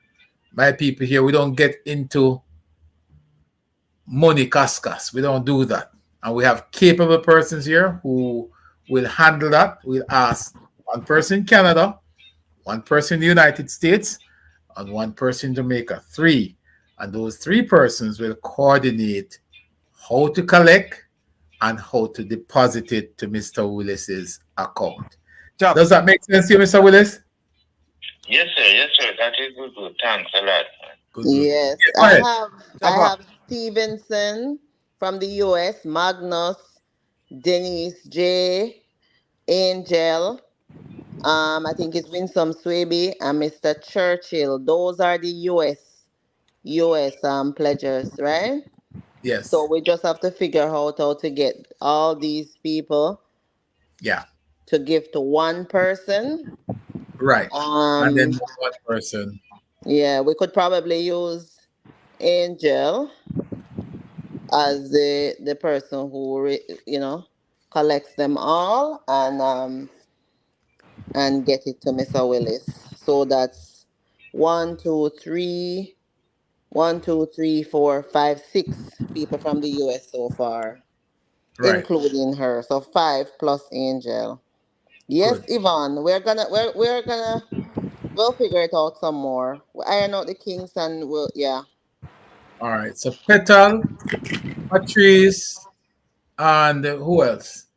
You just work it out. Just find the 3 persons and you guys just work it and make it happen. And then now there's another aspect of it that we can look at, which is to talk to the political representatives within the area that he votes. He votes currently in Dr. Nigel Clark's constituency, and he resides in Carl Samuda's constituency. So it is up to us to make the connection with those persons. I will sort of action those and to see if we can follow up and make it happen. Our duty and what we're trying to do here is to make a difference in Mesach Willis' life, even at so you can understand that, look, in spite of what happened in the 1990s and the loss of your deeds, your hard work, your house, your family, everything, that people still recognize that there was a wrong that was done. And we're hoping that persons will identify with us and recognize that we have to sort of fix that problem. Chuck, I want to make a suggestion. Yeah, go ahead. Go ahead. I don't know Mr. Willis' status now as regards land ownership. But one of these hope houses yes, could be considered for him. Well, we've been talking about that as well, because that to me is, I mean, that's my ultimate goal, really, because I believe that he needs to enjoy his latter years in the comfort of his own place. I think that would be probably the biggest achievement for him, is to get back into somewhere that he can call his own, because that's what he had prior to people making stupid decisions. He had that. So I'd love for us to get back there. But that is something that we can definitely, and that's why I want to bring him back on possibly next week with the other person. Hopefully we'll work out the kink by the end of the week where his device is concerned. And if we can do that, then we should be able to get the attention of the other persons who we might miss tonight. So Mr. Willis, we're gonna work out the kink. I think we're gonna bring you back next week when we have Miss what's her name, Petal? Miss Eula? Yeah, Miss Eula. Miss Baker. Miss Baker on next week, and we're gonna bring you back, Mesach, so we can finish the conversation. Hopefully we'll work out the kink with your phone by then, and we can announce it that we'll be having next week part 2 of Mesach Willis and part 1 of Miss Baker for next week. Mr. Morgan, you were asking right now, Mr. Willis got notice to move from where he's living. So that is even, I don't know, that man have the strength of a lion, I tell you, because with all of what he's going through right now, like I say, I found out from him that he was given notice to move from where he's living, but we're not even gonna touch that right now. I know it's urgent as well, but when we come back next time, hopefully this has gone out. People will hear. I don't know what can be done with his living situation, but like I said, I hope people in high places heard his story and understand what he's going through. And I'm just so sorry we weren't able to get him on the video for people to see. This is a 74-year-old man that was wronged. This is a 74-year-old man who, despite all of what he has gone through, is still trying to work to make ends meet, to live a better life, Well, as it stands now, Petal, just to announce real quick, Martin has already made his transfer to Mr. Willis's account. Thank you, Martin. So that money is already in his account, so just note that as well. He's made his transfer already to the account. I love that. And he has gotten confirmation. So that one is in the bag already. So he made his contribution. And I think I'm gonna also try to see. I only have 9% on this. To see if I can Angel, can you type your email in the chat, please?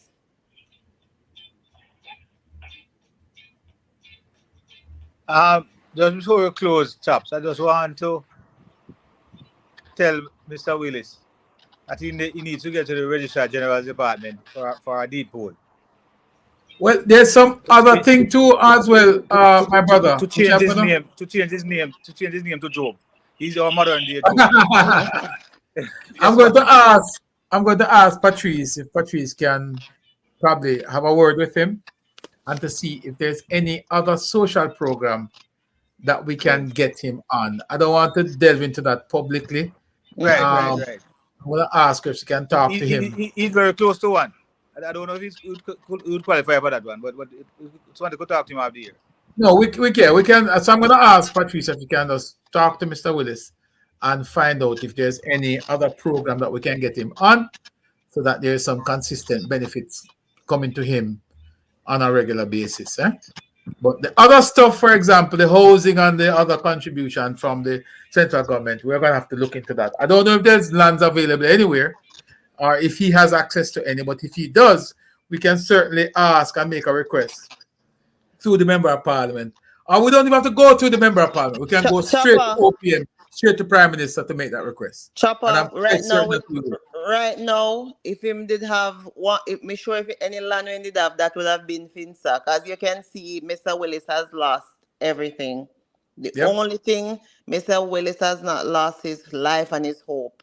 That is the one thing I can see.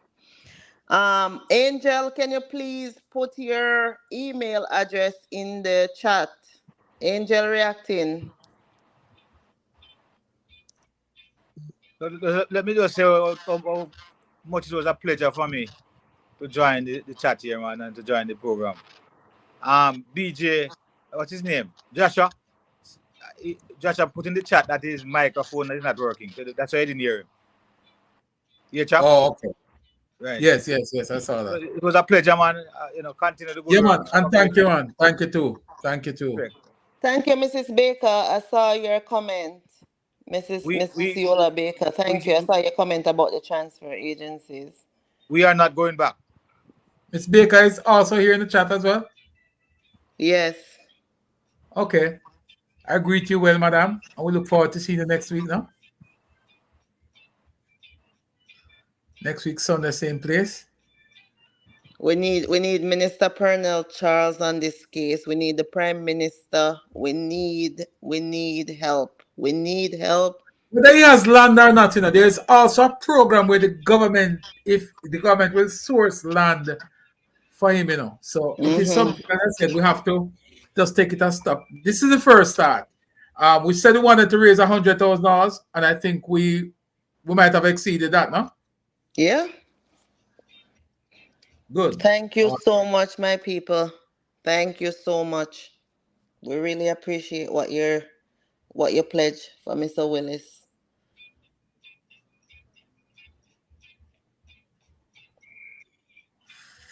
$49.92. $48.92. Stop. The account number is one with the 5 zeros. Yes. That's very, very important for people to understand. Yes. Mr. Willis, it's a savings account, right? It's a savings account, right, Mesach? Yes, it's a savings, yeah. Yeah, savings account. Yeah, man, just for clarity.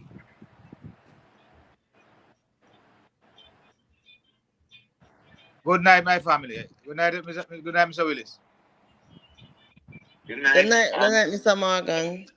All the best. Yeah, man, and thanks to everyone, and I appreciate it. And I wish God blessing upon everyone of us. Yeah, man, I'm doing my transfer now as well. Just like my good friend has done.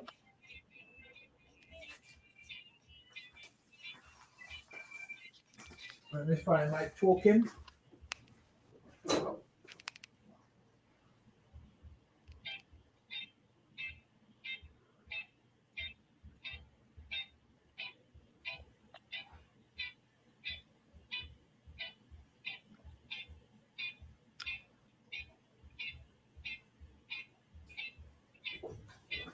Yeah. All right. So that transfer is done. So you have 2 transfers already completed.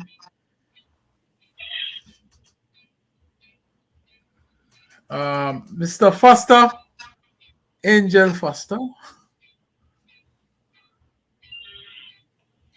Thank you, Valrose. Thank you, Valrose.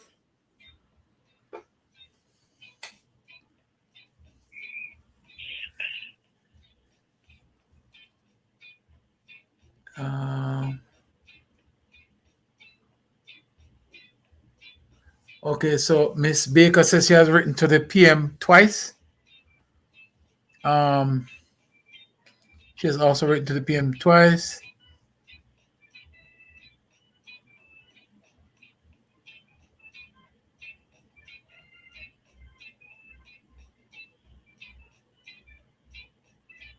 All right, so we'll follow up on that, Miss Baker. I think I don't know. I couldn't say why you would not have been responded to, but we will definitely follow up on it and to see if we can try from a different angle, because we believe that this is a government that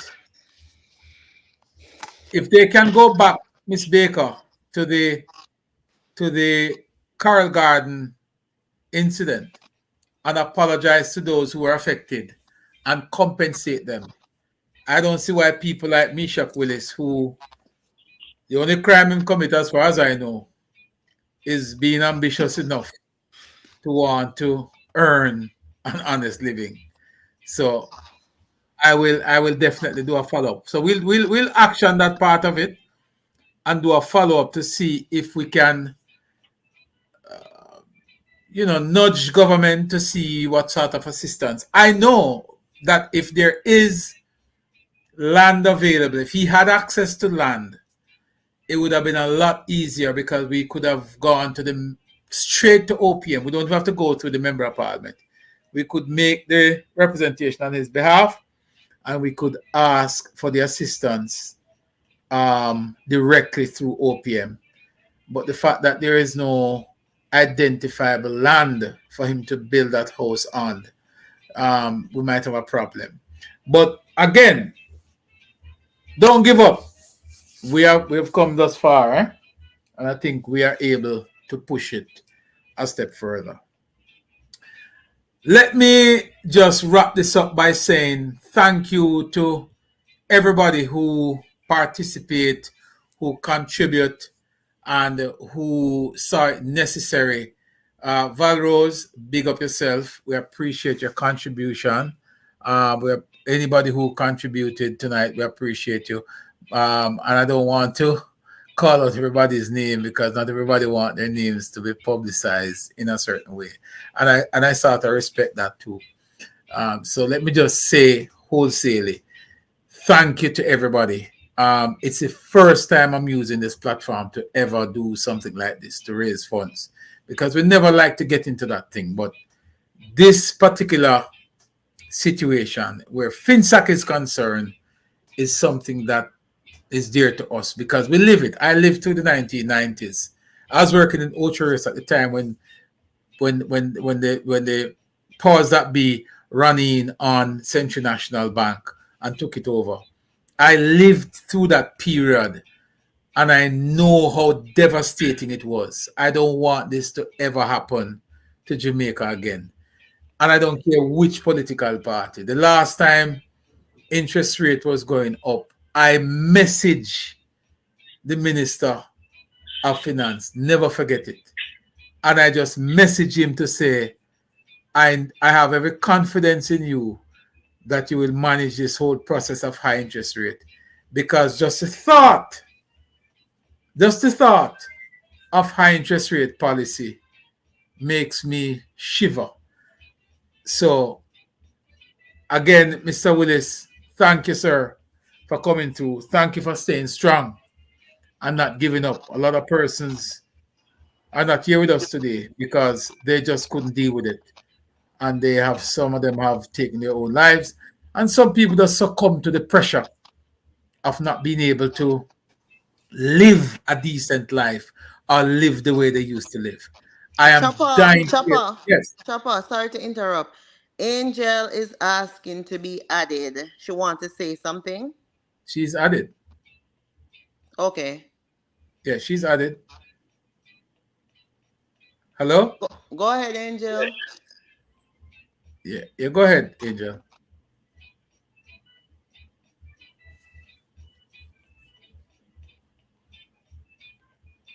Go ahead, Angel.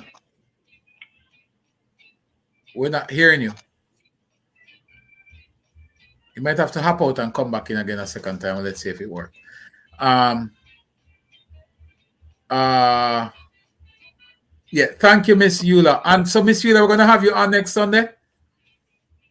We're going to have you on next Sunday. And we are also going to be speaking with, I'm not sure if it is next Sunday for Mr.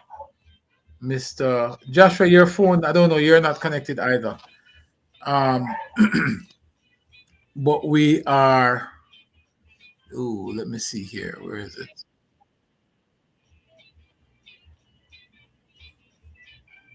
Yeah, go ahead. Yeah, go ahead. Yeah, go ahead.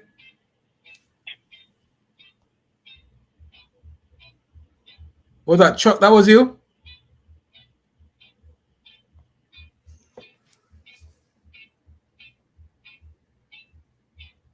Okay.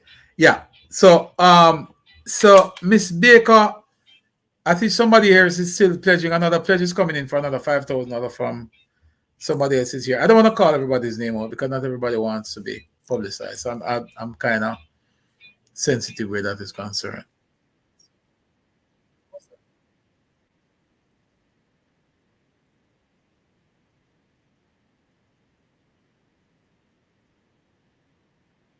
What's that?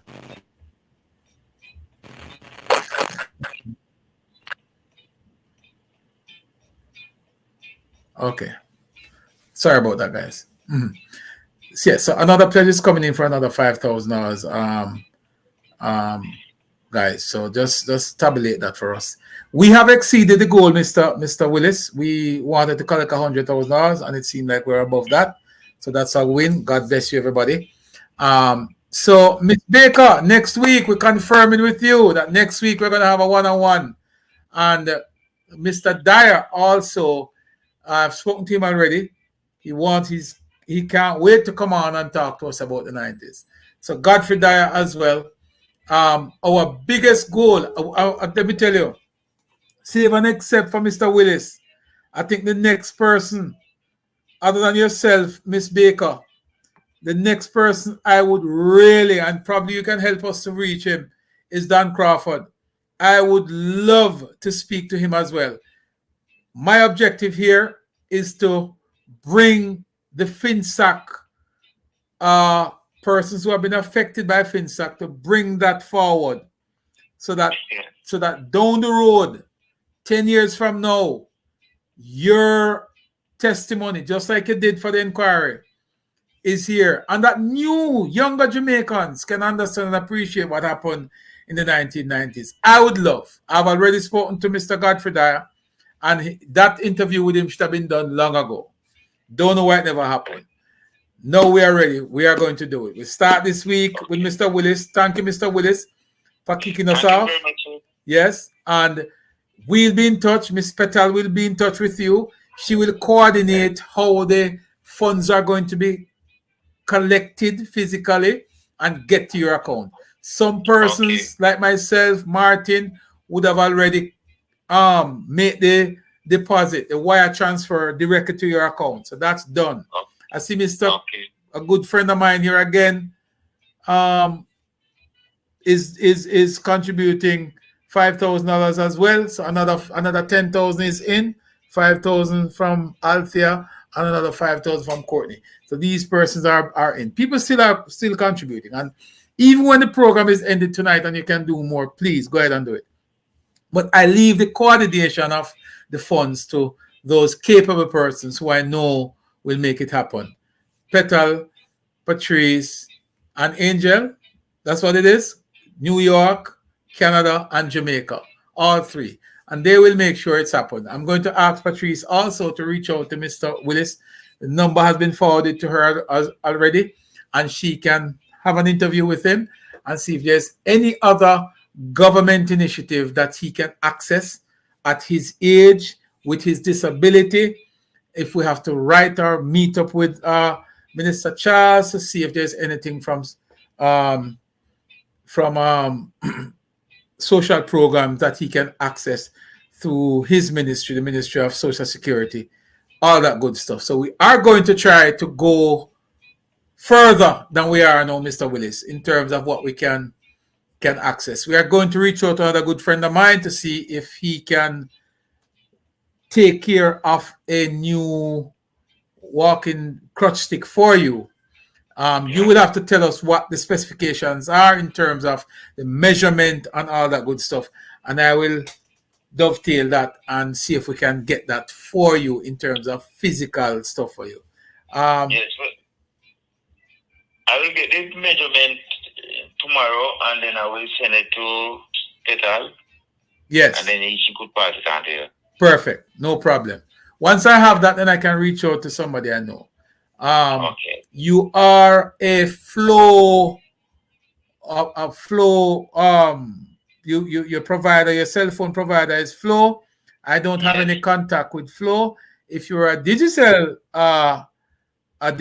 user, then I could probably ask a good friend of mine how feasible it is for Digicel to provide some phone credit and possibly a phone. But we can still ask, because 2 phones won't hurt. So I'll ask him, if there's anything he can put together a little package and make it up. So we'll still continue to, make the connection wherever it's possible, and we will see what else we can get. So far, I don't know what the final tally is. Anybody want to give us the final tally between Patrice, Petal, Angel? What's the final amount? The total amount collected. Angel, you're trying to make a contribution. Go ahead. Can hear you? No?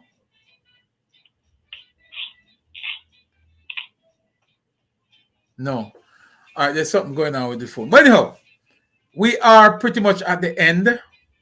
Ivan is asking about what about UK? Yes, we have not seen any pounds coming in, but my UK friends, it's now 11 o'clock. My UK friends, it's AM. It's in the AM over there, and I'm assuming that when they see this live, which you guys will share, of course, they're going to make their contribution. So please, we continue the chat. I think these guys will continue to monitor the chat to make sure. I still can't get her on Divi. We'll continue to monitor the chat even after the live is closed, so you can see if there's additional pledges for contribution. And I would love for the coordination of this to be done seamlessly and nicely, so he can receive the funding. One of the questions I asked Mr. Willis earlier this evening, we were talking on the phone, and I asked him about his desire in terms of what is it that he would want. And funny enough, he didn't say to me that he needed money. He said he would love an opportunity to get back into business. I said, but how would you manage? Because your mobility is not there as much as it used to be, and you are going to require that. He said, well, let me get a little place where I can operate from, and I can stock it out and go there on a daily basis and sell and do my trade there. I'd be happy. No, when you have somebody who have gone through what Mr. Willis has gone through and still have a desire not to sit on the corner like a panhandler, but to want to work, want to go out there and do stuff to earn his keep, that's commendable. That's commendable. So again, Mr. Willis, thank you very much, sir. And we will be in touch. And we look forward to next week. I'm hoping that next week we can bring you on along with Miss Baker, and we can go a little deeper into the whole business of Finsac on the 1990s. I'm still looking forward also to meet and to have a conversation. Miss Baker, if you know and have the connection to her, Miss Valerie Dixon, and she's fiery and very, very powerful in her presentation. And she also was Finsac. So I'd love to get her on. The 1990s shall never die. And I will say that to you. It has died in the form of we will not repeat it. But for those who believe that the 1990s is a 10-year wonder or a 20-year wonder, somebody said it earlier, the Jews will never allow the Holocaust to go unnoticed. It will always be remembered. And the 1990s will always be remembered. Well, is a area which should be known to every other generation following, so that it never happen again in no at no time at all. Never. Every conversation you have with the Jews, they'll remind you of how many persons Hitler slaughtered. Yes. Well, every opportunity I get, I will remind Jamaicans of the wicked act that was done during the 1990s. The deliberate act to wipe out young Jamaican black entrepreneurs. Yes. I would give you this one person I know, an example of that person. There's this man named Mr. Lewis from Manchester. He used to own, he was the only person in Jamaica at the time who built those generators that JPS used. And he have a big factory up by Spurtree Hill, which he employ a lot of people work there with him. And I know him very, very well. We was in the inquiry together. They took away the factory from him, and the last thing they take away from him is his house in Mandeville. Yes. Yes. And they come to evict him like this week, and then just start to walk around and say, oh no, not my house, not my house. And he ended up down in the hospital, and 2 weeks after that he died. Mm-hmm. Many of those. Well, we will not forget it, and we will not go back there. But one thing we will not do, we will not cease from reminding those who seek to occupy state power that we remember what you did in the 1990s, and Jamaica will not return to it. We will not return to it. We will not allow anybody to woodwink us and trick us back into the 1990s. It's not going to happen. Thank you, Mr. Willis. Yes, sir. Chopper? Yeah, man. Chopper? Yes. Can you hear me? Yes, go ahead. I had to Loud and come clear. out about 10 times and come back in because it looked like you couldn't hear me before. So listen. So again, thank you very much for all the pledges. And if we all live up to our pledges and follow through, we have raised over so far at least 140,000. Thank you so much. Well done. Thank you Thank you, very, everybody. very much. Well done. And I'm just asking everyone. Some people ask for the end of the week to make their pledges. But like I said, US people, please coordinate with Angel. I will sort out my piece. All the people in Jamaica, please use this code. We posted this Scotia Bank information. It's running on the screen. Please make your pledges. Please deposit the money in Mr. Willis's account. It's a savings account. The number is running on the screen. It's right there. Branch Scotia Bank, Constant Spring. It's right there. Branch number 21725. Account 125000004892. So his information is right there running on the screen. We can do this. Like I said, with all the pledges, if everybody come through, we would have raised over 140 something thousand. Well done, guys. Thank you very much, and please keep the pledges coming.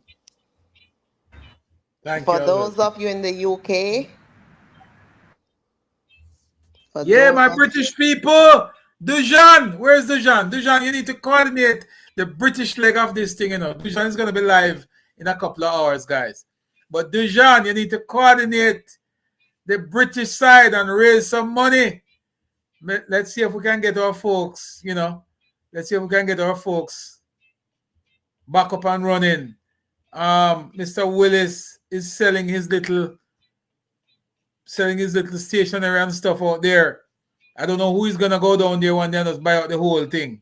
Just asking much for everything and some buy it out. Who are gonna do it? I don't know. But me dying to see that video there. Chopper, are you able to play the little clip with Mr. Willis stuff being tossed away? Yes. Yes. Go ahead, Joshua. Yeah, I'm saying that since he's selling those things, good night, everyone. Then state where he's located so that at least they can go and support it. Oh, okay. Mr. Willis? Yes. Where in Hertfordshire are you now? Are you still by Scotia? Yes, I still by Scotia right at beside the teller machine there. Okay.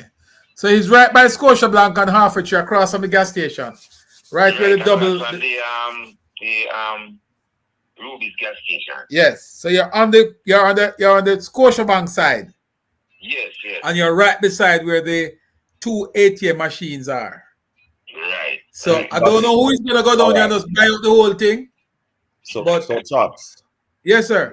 Because there are two Scotia banks in Mashi in Hertfordshire, it is the one that is below York Plaza. There's only one Scotia Bank on Hertfordshire Road. No, there is Well, one. yes, one on Hertfordshire Road. What you need to do is specify that is the one on Hertfordshire Road. Okay. That's what I'm saying. You know, the one you're talking about is on Constant Spring Road. Constant Spring Road, yeah. Okay, guys, let us not get ahead of ourselves. Let us at least get the pledges going first. Let us get the pledges going first, and let us not focus right now on that. No, you can ride and whistle. If somebody's going on and want to support him via that method, they can do that as well. We can ride and whistle, man, but we don't want to get the locations twisted because there's Hertfordshire Road, and if you go beyond the clock up the top, it is Constant Spring Road. Joshua, you're a town man, what happened? You're the born like, oh, he's a mobile man. I'm mobile man. It's between two gas stations, you know. Right between two gas stations, man. Right. Yeah. It's on the left hand side going to town and the right hand side coming from. Yeah, man. One way street that. Right. Yeah, man. We know exactly where you're at, man. We know exactly where you're at. I don't know who can buy out the bar, but somebody will. Okay, good. Somebody will. All right, but thank you, Joshua. And thank you everybody for participating. And thank you for all those who contributed and who all the pledges. And we know they'll come through. It's only a matter of time. They'll come through and we'll get more. So thank you again. Mr. Willis? Yes. Yeah. Any you get the last word, sir. Well, as I said, I thank everybody for their contribution and their appreciation. And I wish God blessing upon every one of us. And thanks again. And I'm so happy for what you do for me here. Not a problem, man. And we'll do it every week of 12 o'clock in the night. I'll do it again. All right. Thank you, Petal, for pushing this and Chuck Finley. Yeah, and also Petal, I give her that she rally around me and rally and try to get this thing together. I give her so much thanks. And I lift my hat to her. No, man, she's a champion. And each one of us. And as I said, the richest blessing upon us because we need it. Yeah, man. Mikey Brown, the promo. Very welcome, Mr. Willis. The promo did it for us. We appreciate it. Mikey Brown, you created that nice promo. Yes. Yeah, man. Anything at all, you know. Anything at all. Yeah, man. Yes. Yeah, man. Anything at all. All right. Chuck Finley, you're also one of the champions too, who insisted that we find Mr. Willis. And we did it. So, and we'll continue. Miss Baker, thank you very much for passing through and tuning in. And we look forward to hearing from you next week, Sunday, same time, same place. And we're also going to bring back Mr. Willis. Hopefully we can get him on camera this time. So we'll have a nice conversation and push it forward. Again, guys, for the entire series, this series is a Finsac series. We're going to have all those persons that we can find. We're also going to speak to Mr. Gammon, who is one of the leading attorney who started to push for the inquiry and stuff. We're going to get Mr. Gammon on as well. So big up yourself. Patrice. It's good for him to be on tour. Oh yeah, I will definitely reach out to him and see if we can get him on. Patrice, thank you. Petal, thank you. Chuck, thank you. Joshua, thank you. Diana Pattison, thank you. Miss Violet, thank you. Samantha Gordon, thank you. Son of God, big up yourself. Miss Baker, thank you. Sandra Hibbert, thank you. Val Rose, thank you. Divi, thank you, my brother. Miss Yvonne, thank you. Courtney, thank you. Sandra, again, thank you. Who else we got? Althea, thank you. And everybody who I have not mentioned your name, thank you. Much respect, enough love. And we are out. Good night. Good night, everybody. Thanks again. Thank you, Mr. Willis. Good night. Yeah, there you have it. There you have it.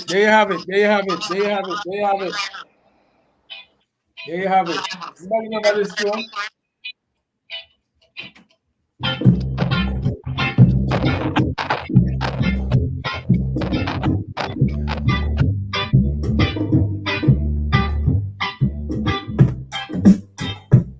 Y'all remember that? That's the original. Yeah.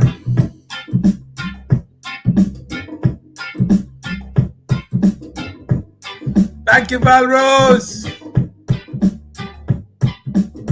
Pop, pop, pop, pop. Samantha, pick up yourself. Mark, pick up yourself.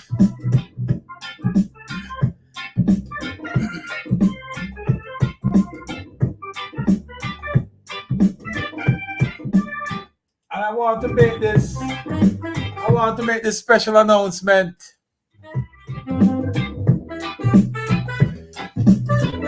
That tomorrow is going to be a special day.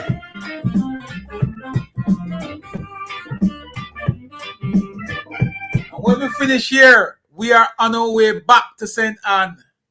We're leaving and we're going back into St. Anne. Because tomorrow is indeed the 30th of September. And tomorrow happens to be the by-election in Northeast St. Elizabeth. Northeast St. Anne. Where the JP Matthew Samuda will be elected the Member of Parliament for the great constituency of St. Anne Northeastern. So tomorrow, if you're on this live and you're listening and you know somebody in that area, pick up your phone. If you're overseas, work your phone. Tomorrow, take a few hours off. Earlier the better. Call your friends. Call your neighbor. Call anybody you know who live in Northeast St. Anne. Tell them to get out and vote. Vote, vote, vote, vote. Tomorrow is the day. Earlier, we should put this in the bag by 12 o'clock. Make no mistake. The PNP has said it, that they are not running. But the independent, so-called independent candidate is a PNP candidate. And we have a message for them. Clyde Green, say it best. Forward ever, backward never. I say we're not going back. We're not going back to that. Never. So tomorrow, if you're in St. Anne, get out and go bring out at least 5 persons to the polling station and get them to vote. I already prepared my 1 in 20 and I'll be there early to bring my 20 people to the ballot box. I hope you are ready too. If you are not in Northeast St. Anne, and you're in another parish, but you know some people from Northeast St. Anne, pick up the phone and call them. Pick up the phone and call them. Send them some credit. Do what you got to do, but get them out and get them voting early. Because the only thing that matters to that election tomorrow is your vote. Vote, vote, vote. Nothing else. It makes no sense we talk. Shaheen is gone. I think Matthew is a perfect fit. I think Matthew is poised. I think Matthew is strategically placed in the office of the Prime Minister and has the ears of the Prime Minister. Prime Minister love him. Prime Minister send him down there. And it is up to us to go and make sure that he's elected. And he's not running against anybody that much. However, the PNP is mobilizing people to support the independent. Our duty is to go out there and make sure say Matthew Samuda not only win Northeast St. Anne tomorrow, but he must win it, like Trump would say, bigly. He's going to win it bigly. And we are going to go there to support him. I'll be there. I've been there on the ground since the election call. And I will be there. I left there today, and I'll be there in another couple of hours. I'll be back on the ground, well ready to start the ball rolling. From 6 o'clock in the morning, I'll be out there, outside, finding my people and bringing them to the ballot box. Jamintel. Who is Jamintel? Where is he? Jamintel is up in Steertown. Jamintel is up in Steertown. He's a stalwart, one of the foundation laborites in that area. Mark my word. Jamintel, one of the foundation laborites in that area. He's from up Steertown. I remember him from back in the days. I hope to see him tomorrow. But I'll be out there. My first person to take out tomorrow is a young lady. Don't remember her name. But everybody in our house at PNP. And she said, "Me, I come out, come support Matthew tomorrow." And I'll be the first to pick her up and take her to the polling station. And I have a few more that I'll be taking down there. But my 1 in 20 is ready. I hope yours is already prepared. If you're not in Northeast St. Anne, the least you can do is pick up your phone, call somebody, send some credit to somebody, mobilize some people, get them out to vote. Because tomorrow, make no mistake, the PNP is mobilizing their support around the quote-unquote independent candidate. So it's up to us. Val Rose, I know you'll be on the ground tomorrow. You're a part of the team. Patrice, you'll be on the ground tomorrow. I know a lot of people here right now who participated in this live tonight. They'll be on the ground tomorrow. Val Rose, I saw you on the ground yesterday into last night. Patrice, you've been on the ground, leading your team on the ground as part of Area Council 4. And I will be there tomorrow to make sure that the anchor leg of Area Council 4 mission is properly done. My member of parliament and Deputy Speaker of the House of Parliament, Hero Clark, will be in the building tomorrow. And you know how we do. We do it Central St. James way. We will find and knock on every single door. And everybody who can vote will vote tomorrow.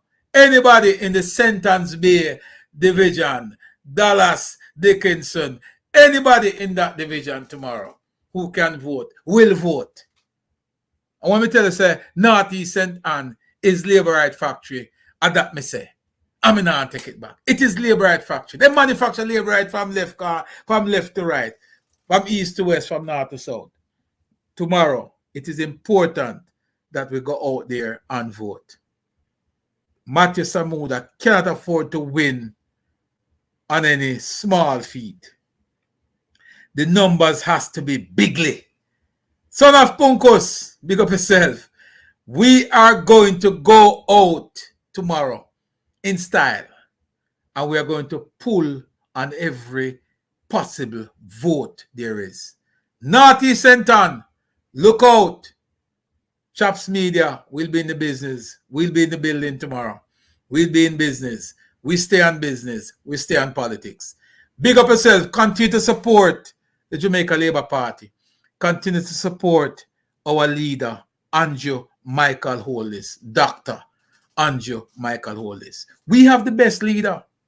We have done more for this country. The Jamaica Labour Party has done more than enough to deserve a third term. And I'll debate that anytime. In my dead sleep, I will debate it. And when I'm wide awake, I'll debate it. This Jamaica Labour Party has done more than enough to be given a third term. And we're not apologizing for that. Gone are the days where we are going to roll over and play dead. It doesn't matter what entity of government the PNP want to weaponize and use against us. It's not going to work. Weaponize the Integrity Commission with PNP operatives who hire international forensic auditors to dig into the financial affairs of the Prime Minister for months. And when he was asked to submit to the Director of corruption prosecution and recommend that charges be laid, the director said, no way, Jose, not today. When you weaponize entities to target the prime minister, then you target labor rights from the east. You target labor rights from the west. You target labor rights from the north. And you target labor rights down south. Message for you, Mark Golden. Can you withstand the same level of scrutiny that the Honorable Dr. Andrew Michael Holness have undergone? Can you withstand that? Can you withstand 6 days of examination to your account? Can you? Absolutely not. Can you? Can your banking information be submitted to a forensic audit? And can you come out of that squeaky clean like our Prime Minister did? I don't think so. I don't think so. And for that, I say, we stand with our leader. We believe and trust in our leader. And we knew all along that our leader had nothing to hide. We knew all along that the Integrity Commission was on a witch hunt, a political witch hunt. But long live Andrew Michael Holness. Long live Andrew Michael Holness. Long live. Long live to labor rights. Show everybody. Have a good night.